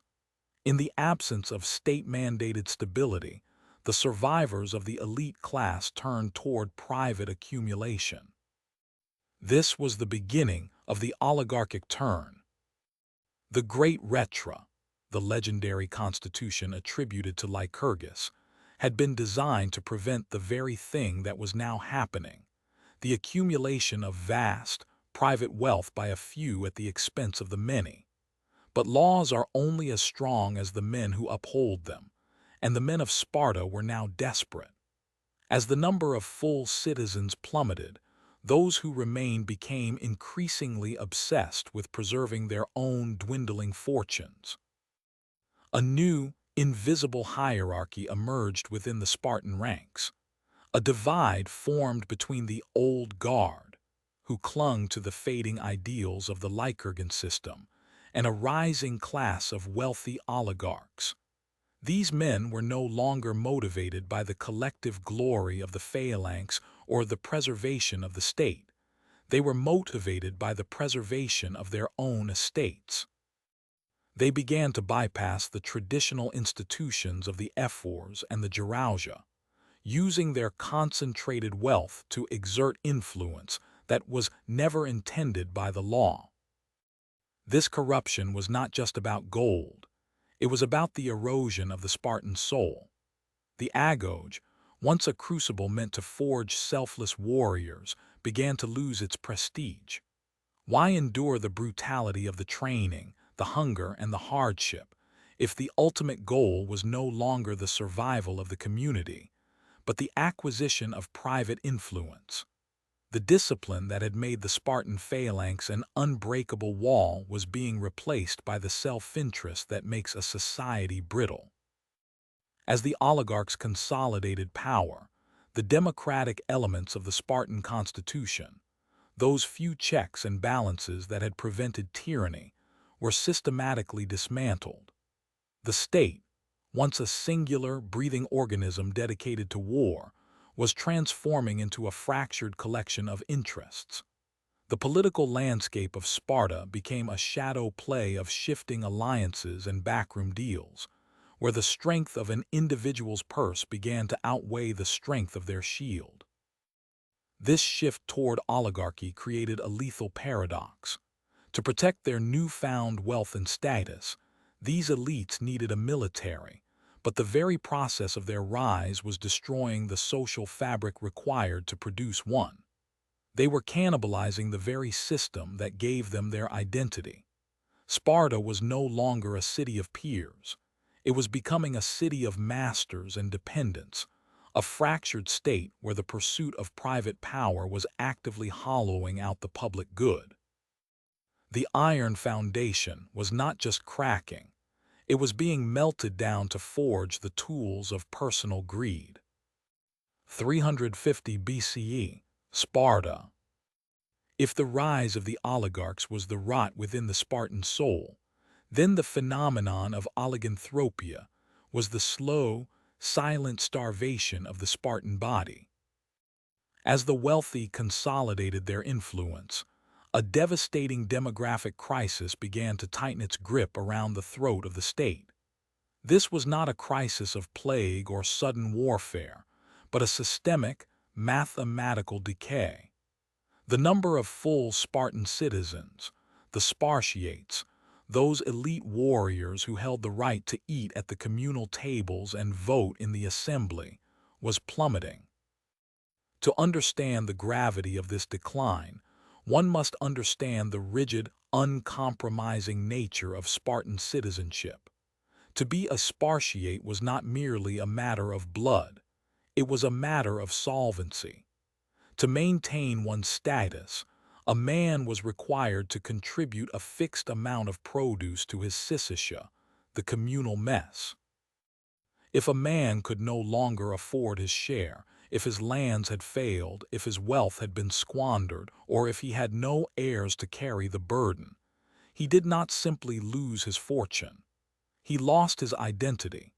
He was stripped of his status, cast down from the ranks of the elite, and relegated to the status of a hypomans, an inferior. This created a lethal downward spiral. As wealth became concentrated in fewer and fewer hands, the pool of men capable of meeting the financial requirements of citizenship shrank. Every time a family line died out or a man fell into poverty, a seat in the Gerousia went empty. A gap opened in the phalanx. A hole appeared in the shield wall. The consequences were catastrophic. Sparta's military strength was predicated on a high density of highly trained professional heavy infantry. But as the citizenry shrank, the math of war stopped working. They could no longer field the massive, unstoppable armies that had once crushed the Persians or intimidated Athens. The unbreakable wall was becoming a thin, brittle line. Worse still was the social tension this created. The growing class of hypomanians, men who had once been equals but were now disenfranchised outcasts, lived in the shadow of the remaining oligarchs. They were a population of angry, capable, and resentful men, possessing the training of the agoge but none of the political agency. They became a permanent underclass, a ticking time bomb of internal unrest that the shrinking number of Spartiates lacked the manpower to suppress. The Spartans were victims of their own perfectionism. The very laws designed by Lycurgus to ensure absolute equality and stability had become a straitjacket. By making citizenship contingent on a rigid economic standard, they had ensured that any economic fluctuation would result in a permanent loss of human capital. They had built a system that could not bend. Therefore, it could only break. By the mid-4th century, the legend of the Spartan warrior was increasingly at odds with the reality on the ground. The myth spoke of a limitless reservoir of iron-willed men, ready to die at a moment's notice. The reality was a dwindling circle of aging aristocrats, presiding over a city that was physically strong but demographically hollow. The great Spartan machine was running out of fuel. The numbers were failing, the bloodlines were thinning, and the terrifying silence of oliganthropia was the sound of a superpower dying from the inside out. 2nd century BCE, Sparta. As the political power of the Lacedaemonians ebbed away, a strange and paradoxical phenomenon began to take hold.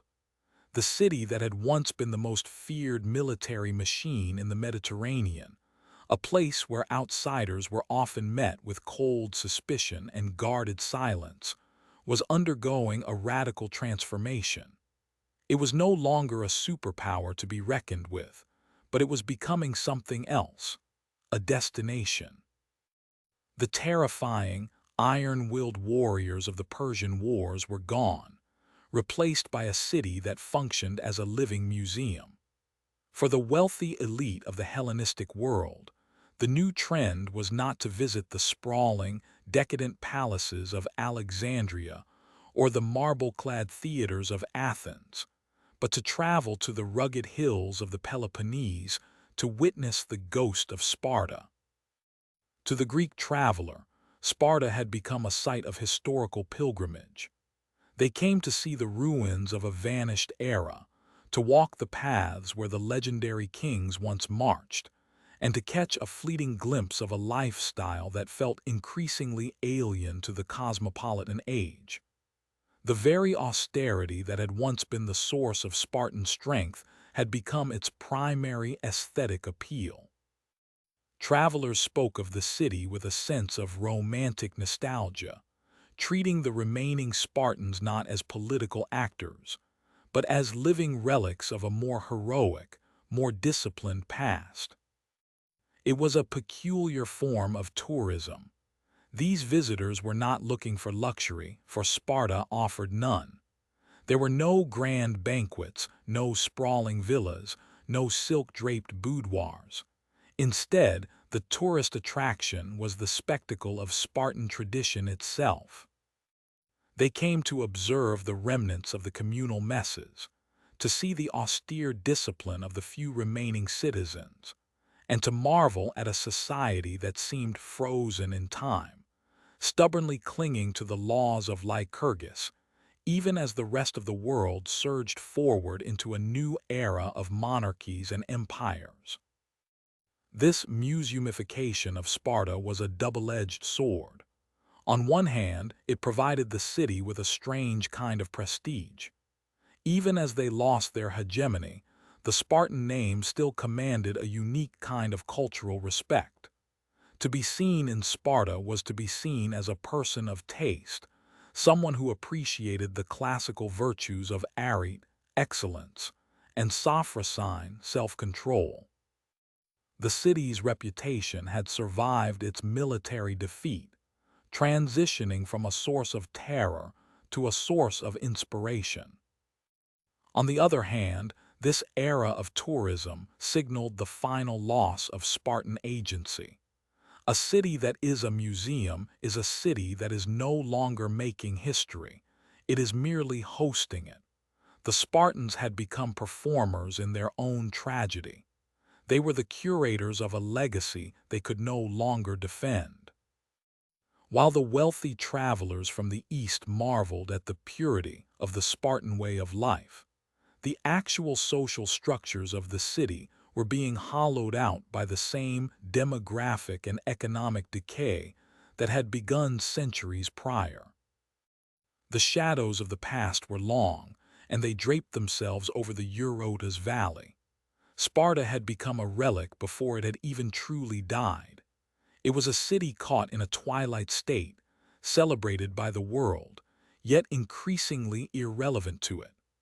The legend had become more powerful than the reality, and in the Hellenistic world, the myth of Sparta was far more enduring than the Spartans themselves. 219 BCE, the Peloponnese. For decades, Sparta had been content to exist in this twilight state, a quiet, revered relic of a bygone age. But history is rarely content to let the past remain buried. While the world viewed Sparta through the lens of romantic nostalgia, a fire was smoldering beneath the surface of the Eurotas Valley. It was a fire fueled by a singular, ambitious man, Cleomenes III. Cleomenes was not a man of nostalgia. He was a man of restoration. He was a king who looked at the museum city and saw not a monument but a corpse. He saw a Sparta hollowed out by oliganthropia, the devastating shortage of citizens, and a society that had traded its iron discipline for a hollowed-out imitation of its former self. To Cleomenes, the only way to save Sparta was to violently tear it back from the brink of irrelevance and force it back into the light of greatness. The Cleomenid War was not merely a conflict of borders. It was a desperate, radical attempt at a political resurrection. Cleomenes began his campaign not with a phalanx, but with a revolution. In a move that shocked the Hellenistic world, he moved to overthrow the existing social order within his own walls. He abolished the ephorate, the powerful group of overseers who had come to dominate Spartan politics, and redistributed the lands that had been concentrated in the hands of a few wealthy elites. He sought to recreate the egalitarian Spartan ideal, attempting to rebuild the citizen base by breaking the grip of the oligarchy. For a brief, blinding moment, it seemed as though the miracle might work. The old Spartan spirit, dormant for generations, flickered back to life. Cleomenes' reforms provided the state with the resources and the manpower it had so desperately lacked. He marched out of the Eurotas not as a curator of a museum, but as a commander of a revived hegemony. He struck swiftly, defeating the Achaean League and reclaiming much of the Peloponnesian territory that had slipped from Spartan control. For the first time in a century, the name Sparta once again commanded fear on the battlefield. But the resurgence of a ghost is a dangerous thing. The sudden rise of a revitalized Sparta sent shockwaves through the Greek world. The Achaean League, terrified by the return of the laconic lion, turned to the great powers of the age for protection. They turned to Macedon, and eventually to the rising, unstoppable shadow of Rome. The Cleomenid War proved that while you can revive a military, you cannot easily revive a broken social contract. Cleomenes' reforms, though brilliant in their intent, were viewed by his neighbors as nothing less than tyranny. His attempt to rewrite the Spartan soul through force met the combined weight of a world that had moved far beyond the age of the city-state. The war would eventually grind the Spartan resurgence into the dust of defeat. Cleomenes himself would end his life in exile, a man who had tried to outrun time itself. The dream of a restored Sparta died with him, leaving the city to face its final, inevitable fate. The fire had been lit, the blood had been spilled, but the embers were not enough to warm a world that had already forgotten how to be Spartan. 323 BCE, Pella, Macedonia. The death of Alexander the Great did not just signal the end of an era, it signaled the end of the world as the Greeks knew it. For centuries, the Greek city-state, the polis, had been the fundamental unit of human existence. Sparta, with its rigid laws and singular purpose, had been the ultimate expression of that unit. But as Alexander's empire fractured into the warring successor kingdoms of the Diadochi, the very concept of the independent city-state began to wither under a massive, encroaching shadow. This was the Macedonian shadow.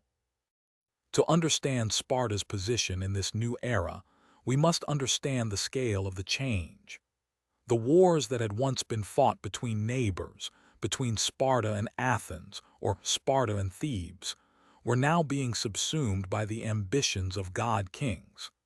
The kings of Macedon and their successors, the Antigonids, did not view Sparta as a peer or even a rival power. They viewed it as a strategic piece on a much larger board.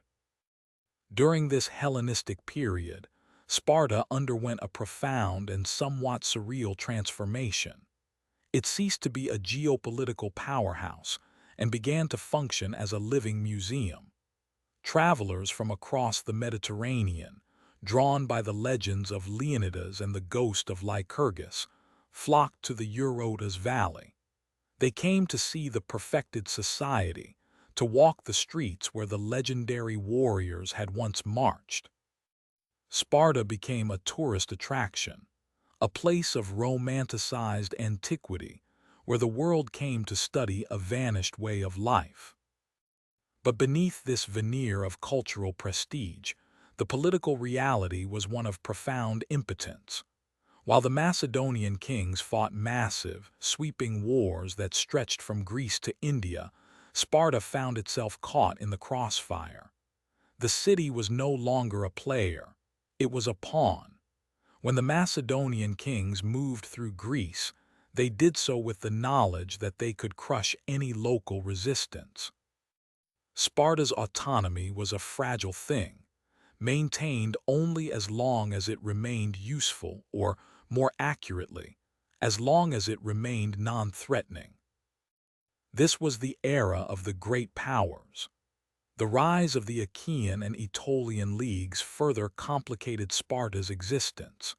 These new confederations, modeled after the Macedonian style of large-scale political organization, sought to unify Greece under a different kind of hegemony.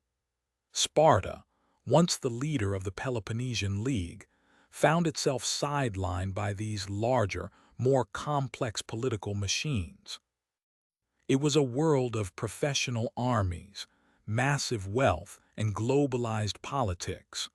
A world that had no place for the isolated, austere, and small-scale perfection of the Spartan system. The Macedonian shadow was not just a military occupation, it was a psychological and structural eclipse. The sun was setting on the age of the hero citizen and rising on the age of the empire.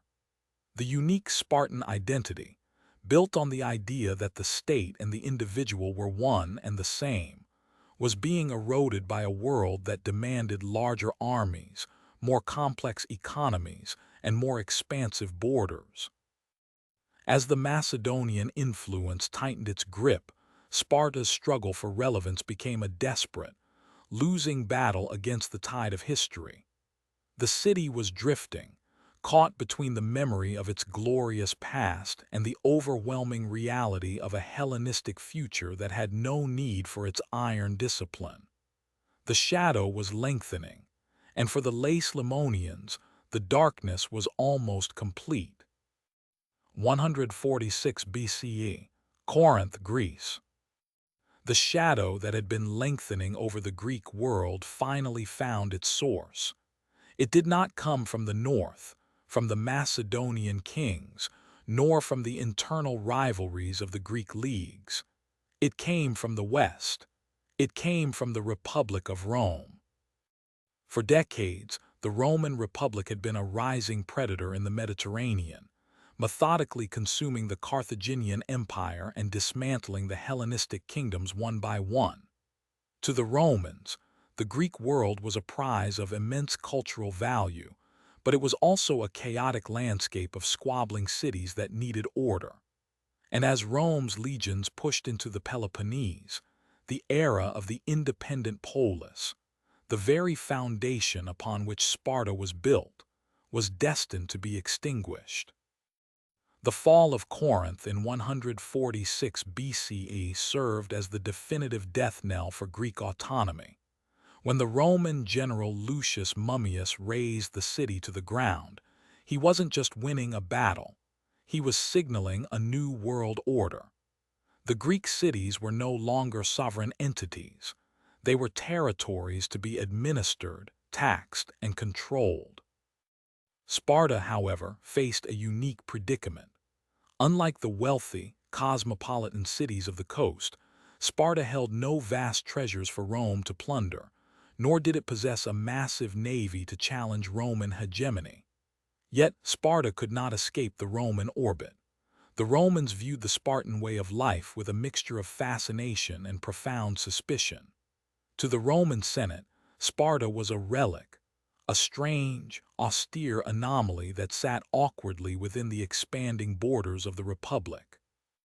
The Roman conquest was not a single, cataclysmic battle like Thermopylae, but rather a slow, suffocating strangulation of Spartan independence.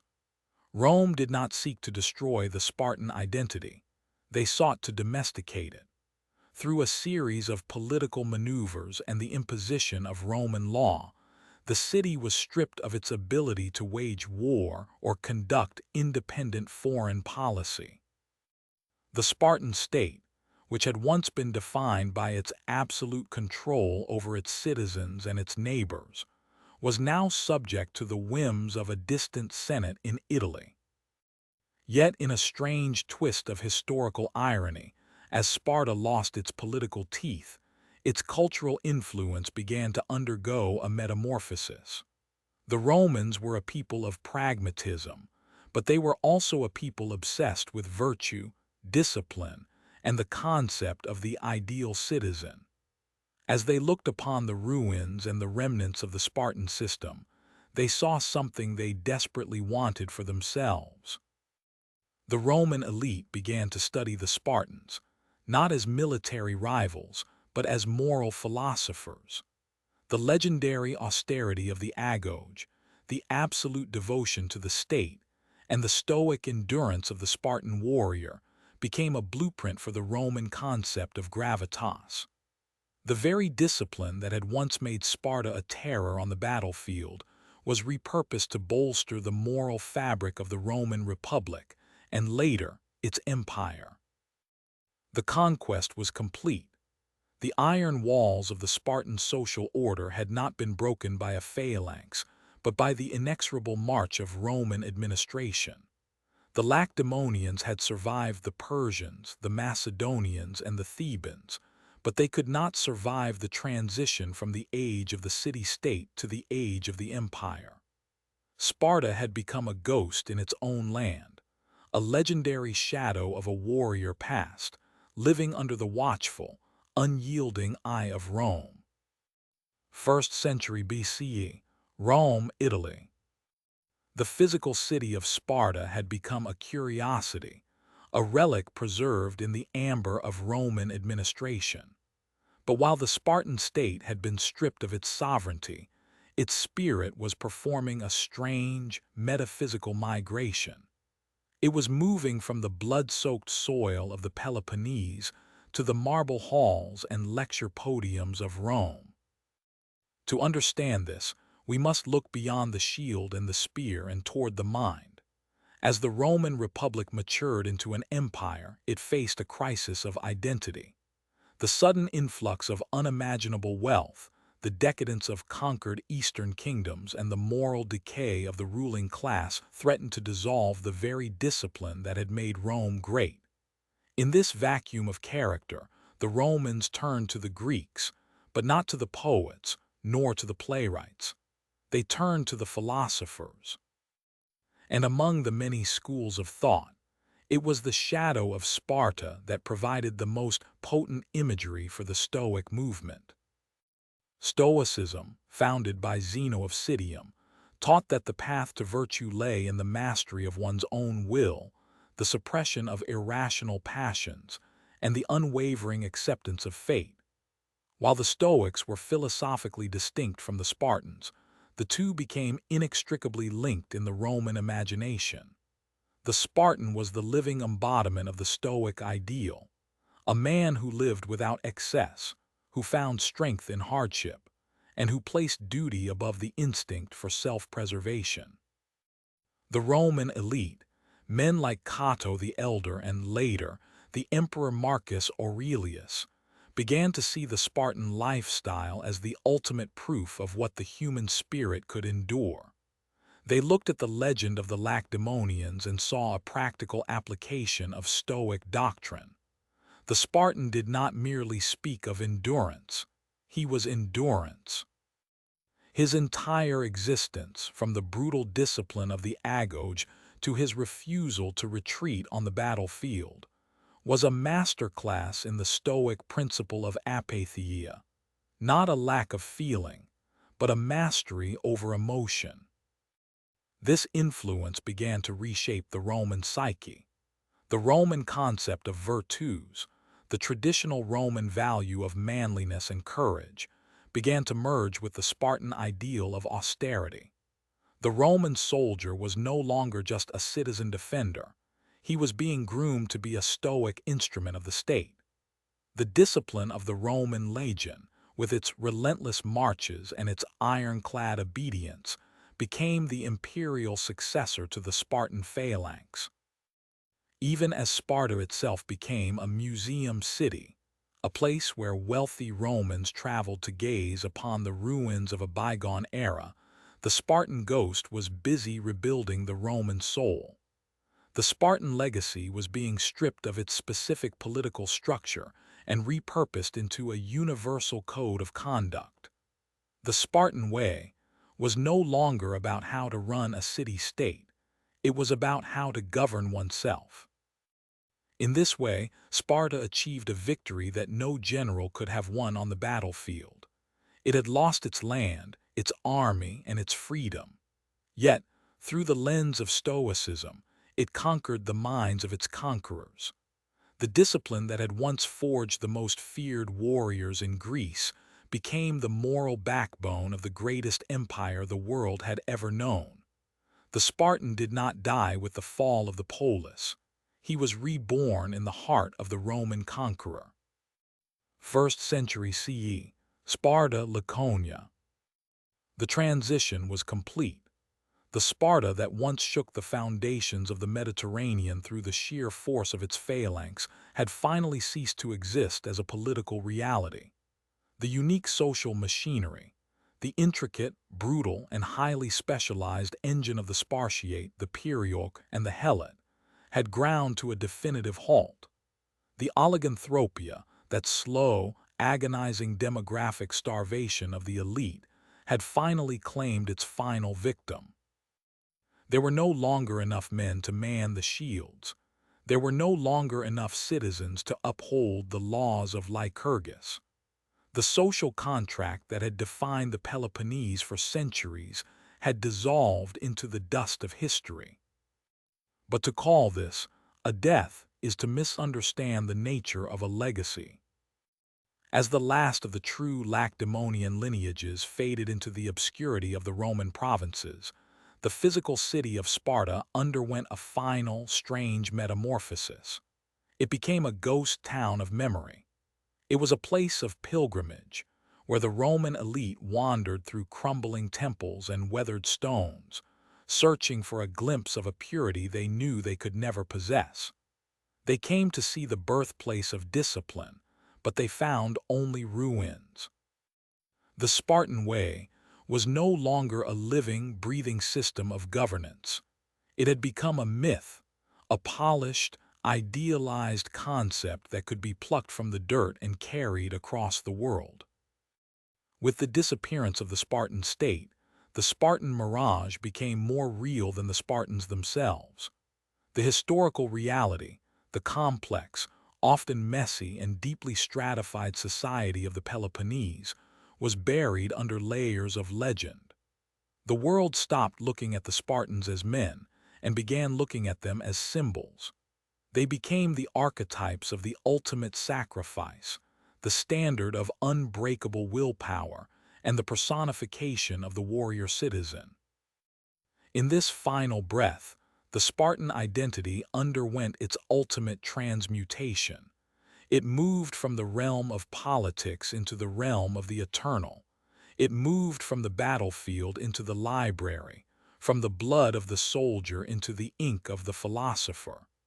The state was gone, but the idea had become indestructible. As the Roman Empire expanded, spreading its roads and its laws across the known world, it carried with it this distilled essence of Laconia.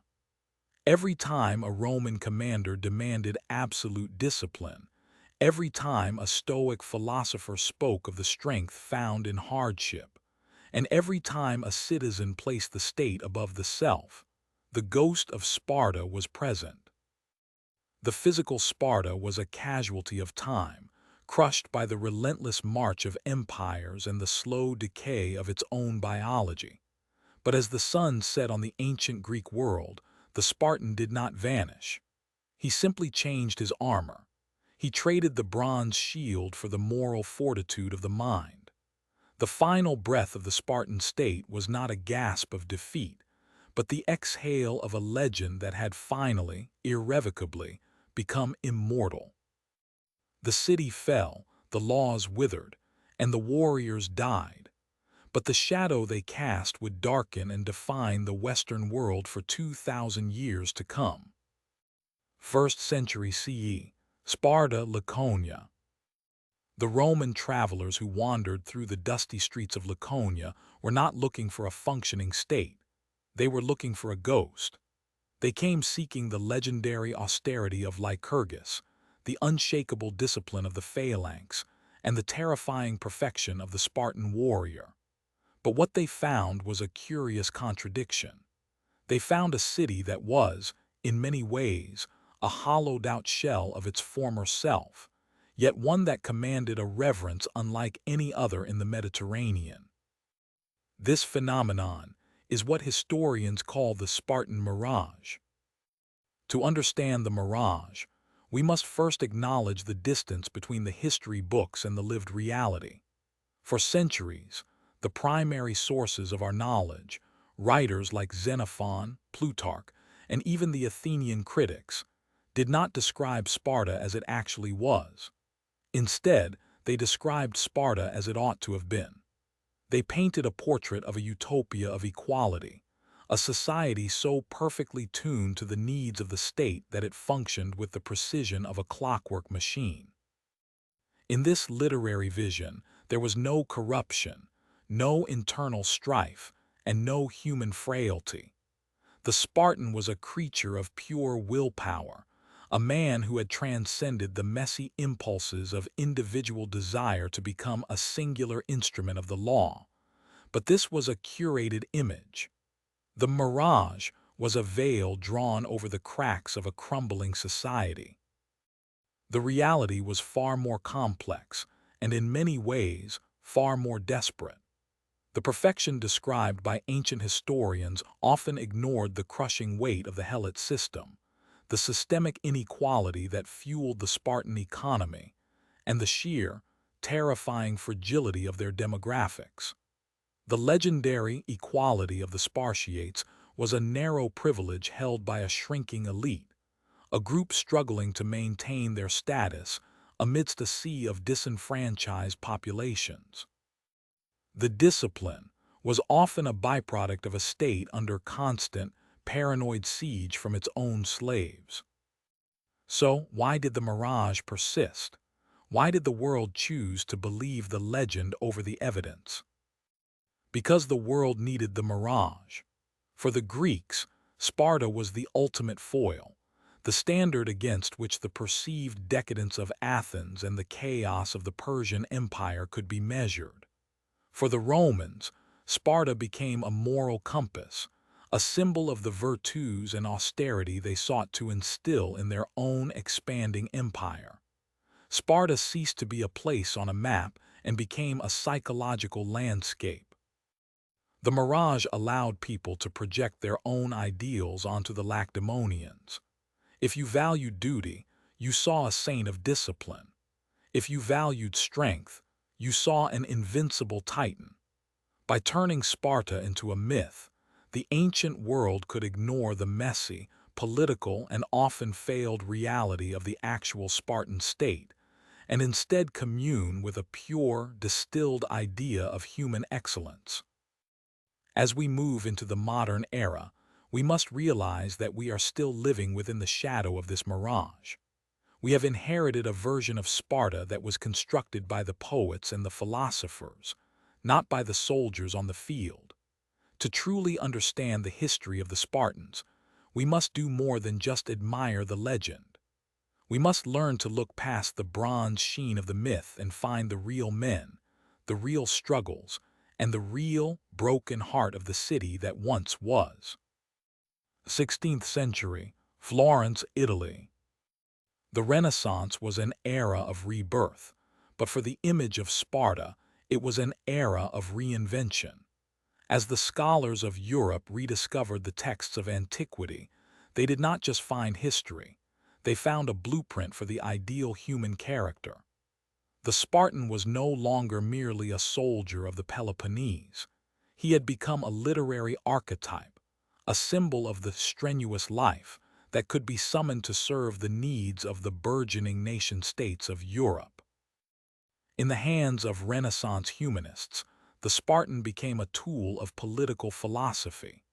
Writers looked to the legendary Lycurgus not as a man, but as a concept, the personification of the rule of law. They used the Spartan model to argue for the necessity of civic virtue and the subordination of the individual to the collective good. In the courts of kings and the halls of universities, the Spartan way was invoked as a remedy for the perceived decadence and corruption of the age. To be Spartan was to be disciplined, to be frugal, and to be unshakably loyal to the state. But as we move through the centuries, the literary portrait of Sparta undergoes a profound and perhaps dangerous transformation. The nuance of the ancient writers, the complexities of their social struggles and their political failures, begins to evaporate. In its place, a new kind of literature emerges, the epic of the hyper-masculine warrior. The Romantic era and the subsequent rise of nationalist literature began to strip away the philosophical dimensions of the Spartan. They were no longer thinkers or lawgivers. They were becoming icons of raw, unyielding violence. The literature of the 19th century began to focus heavily on the singular moment of sacrifice. The narrative shifted away from the long-term stability of the Spartan state and toward the aesthetic beauty of a heroic death. The Spartan became the ultimate martyr, a figure whose only purpose was to die well in the service of a cause. This literary evolution reached a fever pitch in the 20th and 21st centuries. With the advent of modern cinema and the graphic novel, the Spartan mirage was fully digitized and stylized. We see this most clearly in the cultural phenomenon of 300. Here, the history is almost entirely discarded in favor of a visual language of hyperrealism and stylized brutality. The Spartans of modern pop culture are not men of flesh, blood, and political anxiety. They are bronze-skinned titans, larger than life, existing in a world of mythic shadows. This is the final stage of the literary evolution, the total triumph of the myth over the man. In modern media, Sparta is often depicted as a hyper-militarized dystopia, a place where the individual is completely erased by the machine of war. While this makes for compelling cinema, it creates a massive gulf between our cultural perception and the archaeological reality. We find ourselves in a strange loop.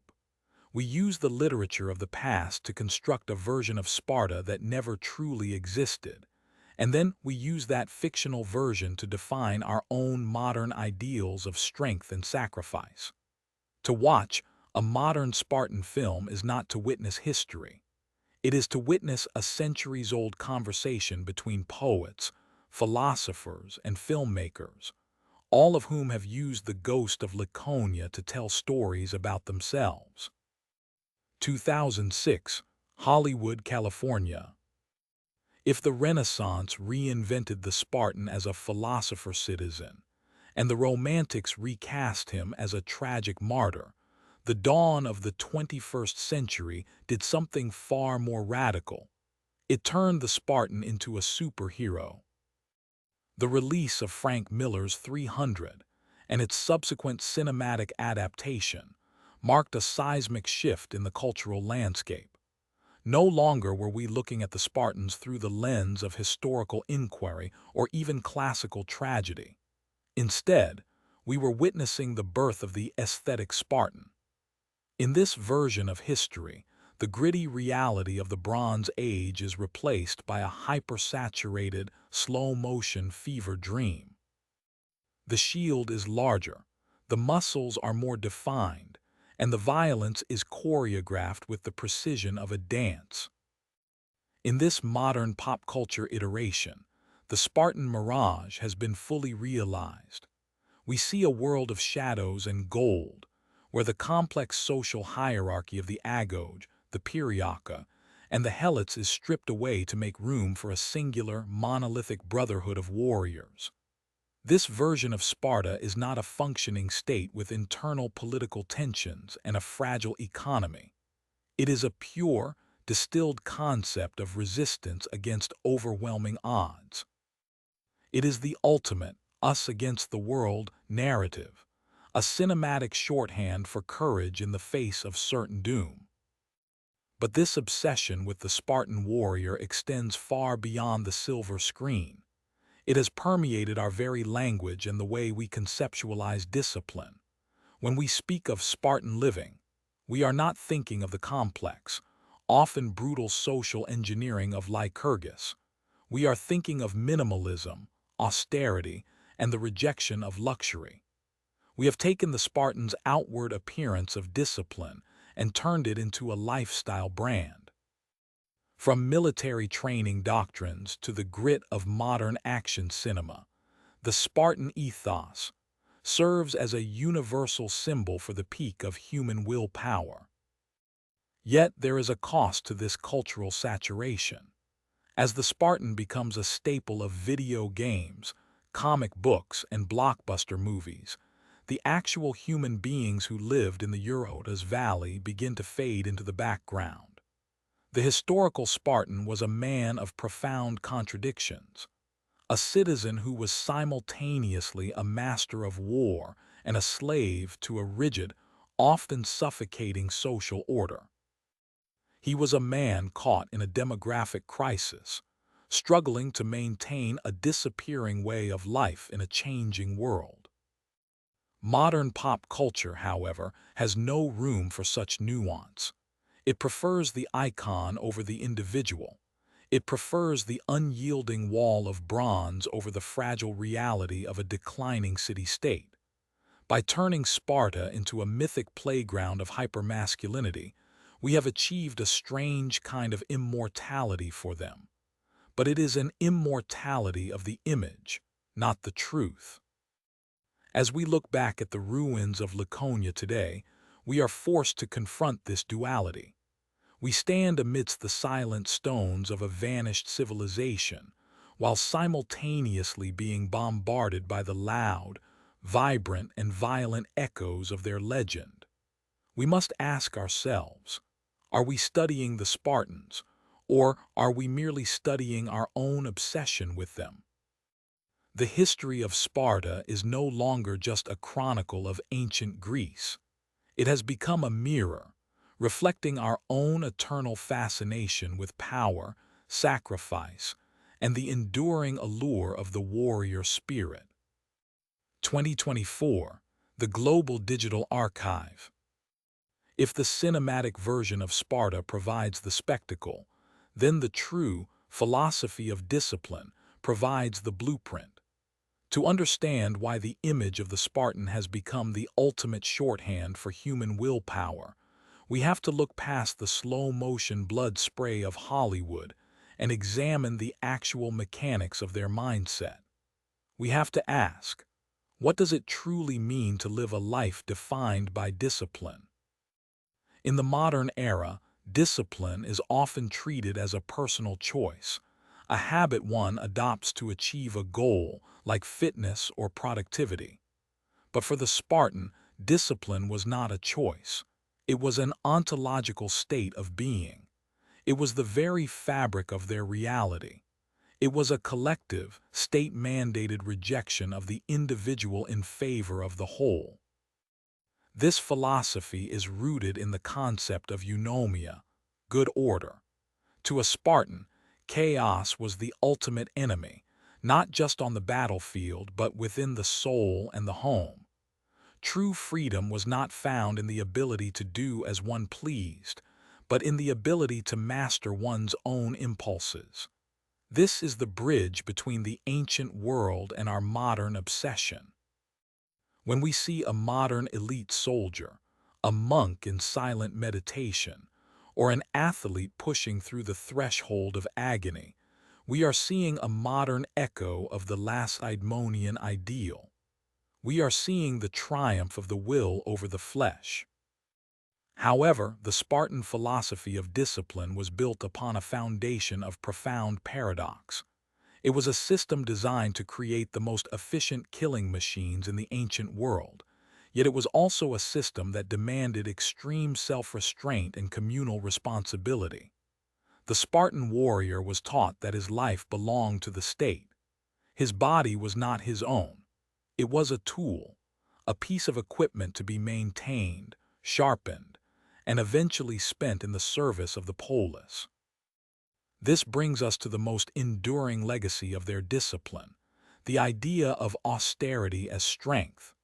In a Greek world that increasingly valued the gold, the marble, and the philosophical luxury of Athens, the Spartans stood as a grim, ironclad counterpoint. They believed that luxury was a poison that softened the spirit and eroded the strength of the community. This belief created a culture where enough was a dangerous concept. By stripping away the distractions of wealth and comfort, they believed they were stripping away the vulnerabilities of the human condition. This is why the Spartan has become such a potent symbol in Western military and political thought. From the Stoic philosophers of Rome to the Prussian military academies, and even into the modern special operations doctrines of today, the Spartan ideal offers a seductive promise that through absolute rigor, through the systematic removal of comfort and the imposition of crushing order, humanity can transcend its natural weaknesses. But as we close this journey through the annals of time, we must recognize the shadow cast by this ideal. The discipline that made Sparta invincible also made it brittle. It was a discipline that could not adapt, a rigidity that eventually led to their demographic collapse and their ultimate disappearance from the stage of history. The Spartan philosophy taught them how to stand firm, but it did not teach them how to bend. And in the long, shifting currents of history, those who cannot bend are eventually broken. 2024, the Lacedaemonian excavation sites. For centuries, we have been told the story of Sparta through a lens of polished bronze and epic poetry. We have been fed a diet of heroic sacrifices and unyielding warriors, a narrative so powerful that it has become a cultural monolith. But as we stand amidst the silent, sun-bleached ruins of the Eurotas Valley, a profound tension emerges. There is the Sparta of the mind, the Spartan mirage, and there is the Sparta of the earth. The Spartan mirage is a term used by historians to describe the idealized, almost superhuman version of Sparta that was projected to the rest of the Greek world. Even in antiquity, writers like Xenophon and Plutarch were not merely recording history. They were constructing a myth. They painted a picture of a society so perfectly ordered, so devoid of greed, and so singularly focused on martial excellence that it seemed more like a divine experiment than a human civilization. This was the Sparta of legend, a place where art was secondary to the spear, and where the individual was entirely swallowed by the state. But when we turn from the texts to the trowel, the picture begins to shift. When archaeologists dig into the soil of Laconia, they do not find the gleaming, marble-clad city-state that the legends suggest. In fact, they find something much more perplexing, a striking lack of evidence. In Athens, the archaeology is loud. You find grand temples, ornate pottery, sprawling cemeteries, and massive public buildings that scream of wealth and intellectual fervor. But in Sparta, the archaeological record is hauntingly quiet.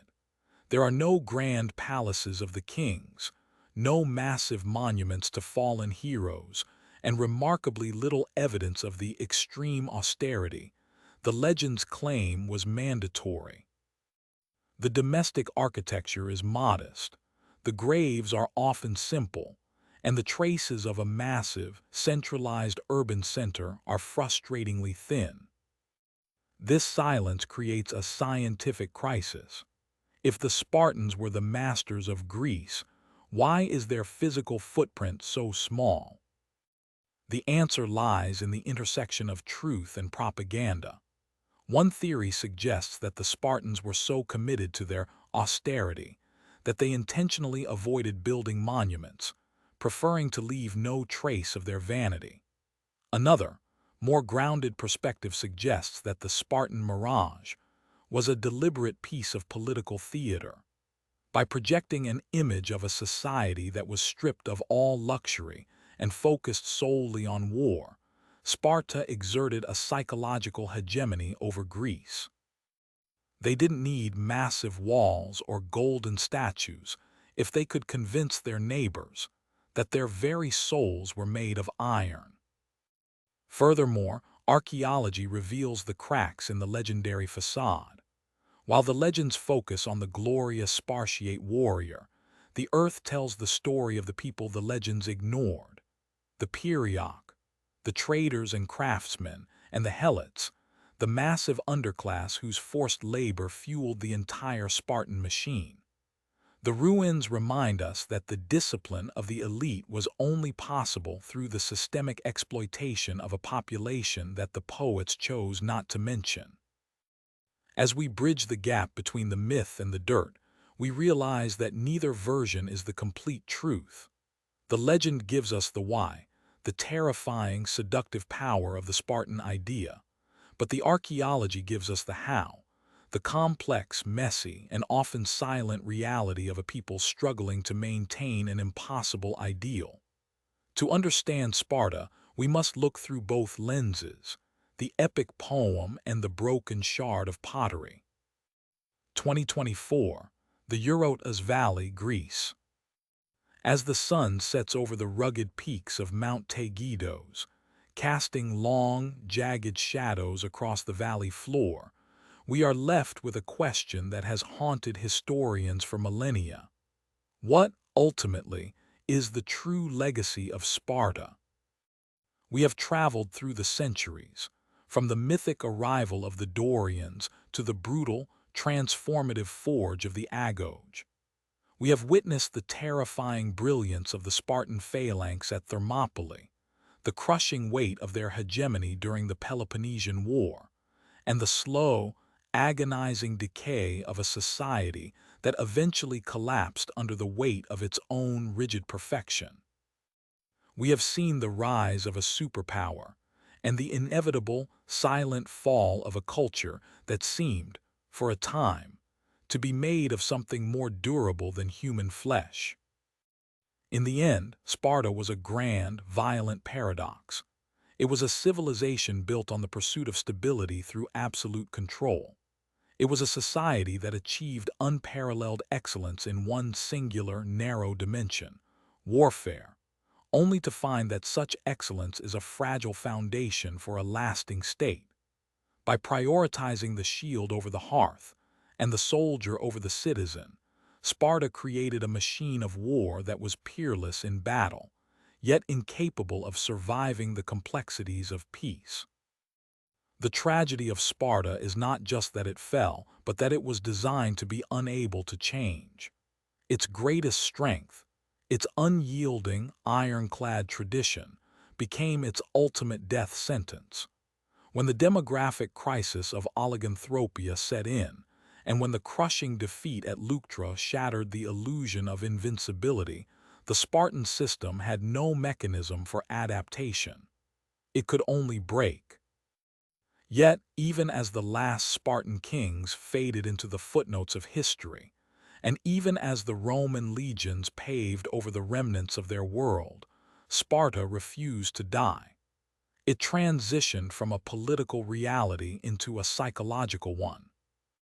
The Spartan ghost continues to haunt the modern imagination. We see it in our cinematic depictions of the lone warrior standing against the tide.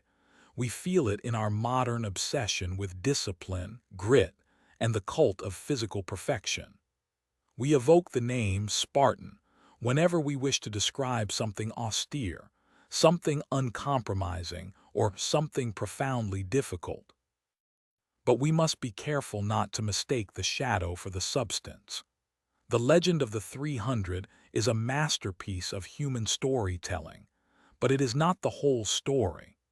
The true history of Sparta lies in the tension we have explored throughout this journey, between the glorious myth of the hero and the silent, dusty reality of the laborer, between the perfection of the law and the cruelty of its implementation. Sparta reminds us that greatness often comes at a staggering human cost. It teaches us that a society can be so focused on its own survival that it forgets how to truly live. And perhaps most importantly, it serves as a testament to the power of an idea. Even after the walls have crumbled and the bronze has turned to dust, the idea of Sparta, the idea of a people defined by a singular, unwavering purpose, remains as indestructible as the mountains that surround it. The warriors are gone, the kings are forgotten, but the echo of the phalanx still rings through the corridors of history. Fade to black.